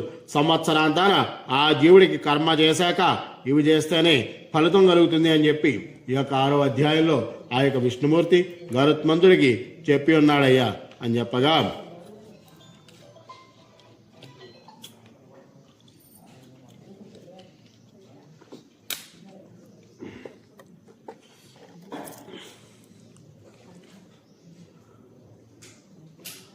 ఆ విధంగా 6వ అధ్యాయంలో గరుత్మంతుడు చెప్పగా 7వ అధ్యాయం మళ్ళా చెబుతున్నారట. ఏమనయ్యా అనంటే గనక సూతుడు సవనగాది ఋషులకు ఈ విధంగా చెబుతూ, అయ్యా శ్రీహరి మనుషులు ప్రమాదాల వల్ల గాని పాపాల వల్ల గాని రాలిపోయే పరిస్థితి వచ్చినట్లయితే గనక వారు యమయాతల్లో పొందకుండా ఉండే మార్గం వివరించండి అని గరుడు అడిగితే అప్పుడు విష్ణుమూర్తి చెబుతున్నాడట, ఓ గరుడ, పుత్రులు లేని వారికి దుర్గతి కలుగుతుందని మొదట చెప్పబడుతున్నది. పుత్రవంతులైన వారికి ధర్మాత్ములకు ఎప్పుడూ దుర్గతి కలగదు. కనుక సంతానం కోసం శివ పూజాధికాలు జరిగించి ఏ ఉపాయం వల్లనైనా పుత్రులు కలిగేలా చూసుకోవాలి. పుత్రుడే పున్నామ నరకం నుంచి తల్లిదండ్రులను రక్షిస్తాడు. పుత్రుడు అనే నామానికి ఉన్న సార్థక్యం ఇదే. ధర్మాత్ముడైన ఒక పుత్రుని వల్ల వంశం అంతా తరిస్తుంది. వేదాల్లో పుత్రమహిమ వేణోళ్ల కొనియాడబడుతోంది. అలాగే పౌత్రుని అంగస్పర్శం, మనుమని యొక్క అంగస్పర్శం వల్ల దేవరుణము, పితృరుణము, ముని రుణము తీరి ముక్తుడవుతాడు, స్వర్గానికి వెళ్ళగలుగుతాడు. బ్రహ్మ వివాహం శ్రేష్టం. అవివాహిత పత్ని వల్ల ఎవరైనా పుత్రుని కన్నా స్వర్గలోక ప్రాప్తి కలుగదు. అట్లే ఇతరులు చేసిన శ్రాద్ధాల వల్ల సైతం స్వర్గం పొందనట్లే సవర్ణ స్త్రీ వల్ల కలిగిన ఔరసపుత్రుని వల్ల చేయబడే శ్రాద్ధం వలను స్వర్గలోకం పొందగలుగుతారు అని చెప్పగా, దీనికైనా దృష్టాంతం ఉన్నదా అని సౌనకాదులందరూ కూడా అడిగి ఉన్నారట. అప్పుడు మరలా చదువుతున్నారట, ఋషులారా, గరుత్మంతుడు భగవంతుడిని చూసి, ఓ పురమ పురుష, ఈ ప్రేత జన్మల గురించి ఏదైనా కథ ఉందా? ఉంటే అలాంటి కథని నాకు వివరంగా తెలియపరచండి అని ప్రార్థించాడు. అందుకు సమాధానంగా ఈ పరమాత్మ, కశ్యపాత్మజ, త్రేతాయుగం నాటి గాథ ఒకటి నీకు చెబుతాను, విను అని చెప్పేసి చెబుతున్నాడు. ఆ యుగంలో బభ్రువాహనుడు అనే ఒక గొప్ప రాజు ఉండేవాడు. అతడు ధర్మపరాయణుడు, ప్రముఖులతో సైతం ప్రశంసించబడినవాడు. మహోదయము అనే నగరాన్ని రాజధానిగా చేసుకుని ప్రజారంజకంగా పరిపాలిస్తున్న ఆ రాజశేఖరుడు వేట నిమిత్తం ఒకరోజు ఆ మహారణ్యంలోకి వెళ్ళాడు. అక్కడ ఒక జింకను చూసి దాన్ని తరుముతూ మహారణ్యం మధ్యలోకి వెళ్ళి దానిపై ఒక బాణం ప్రయోగించాడు. కానీ ఆ జింక తప్పించుకుని అక్కడి నుంచి పరిగెత్తిపోయింది. బభ్రువాహనుడు పట్టుదలతో ఆ జింక శరీరం నుంచి కారే రక్తధారలు బట్టి మరింత దూరం దానికోసమై గాలించసాగాడు. అతనొక్కడే జింకను తరుపుతూ వెళ్లడంతో అతని పరివారం చాలా దూరంలో నిలిచిపోయింది. అతడు ఆ అడవిలో దారి తెప్పి అందులోనే ఇంకో వనంలో ప్రవేశించాడు. మృగం మాత్రం కనిపించలేదు. దాని గానక శ్రమ చేత చాలా దూరం నడిచి బాగా అలసిపోయి దాహం చేత నాలుక ఎండిపోతూ ఉంటే నీళ్ల కోసం వెతకసాగాడు. మరికొంత దూరం సాగిన తరువాత దివ్యమైన జలంతో ఒక తామర కొలను కనిపించింది. బభ్రువాహనుడు ఆ చెరువులోకి దిగి స్నానం చేసి నీరు త్రాగి ఒక మర్రి చెట్టు కింద తన పరివారం వెతుక్కుంటూ వచ్చే వరకు విశ్రాంతి తీసుకోవాలి అనుకున్నాడు. చెట్టు నీడన కాస్త సేదదీరాడు. ఇంతలో ఒళ్ళు గగుర్పొడిచేలా ఎముకల గూడు నడుస్తున్న రీతిలో ఒక ప్రేతం రాజు కంటబడింది. దాన్ని ఇతరులు ఎవరైనా చూస్తే భయపడవలసిందే. పరమ వికారంగా ఆ ప్రేతానికి చేరువుగా మరికొన్ని అటువంటి ప్రేతాలు సంచరిస్తున్నాయి. బభ్రువాహనుడు చూసిన ఆ ప్రేతం అంతలో రాజును సమీపించి సంతోషంతో ఇలా అంది, ఓ మహారాజా, నిన్ను చూసిన మాత్రమే ఈ ప్రేత దేహమును వదిలి ఉత్తమ గతి చెంది ధన్యుణ్ణయ్యానయ్యా అని వినయంగా పలికేసరికి ఆ రాజు మరింత ఆశ్చర్య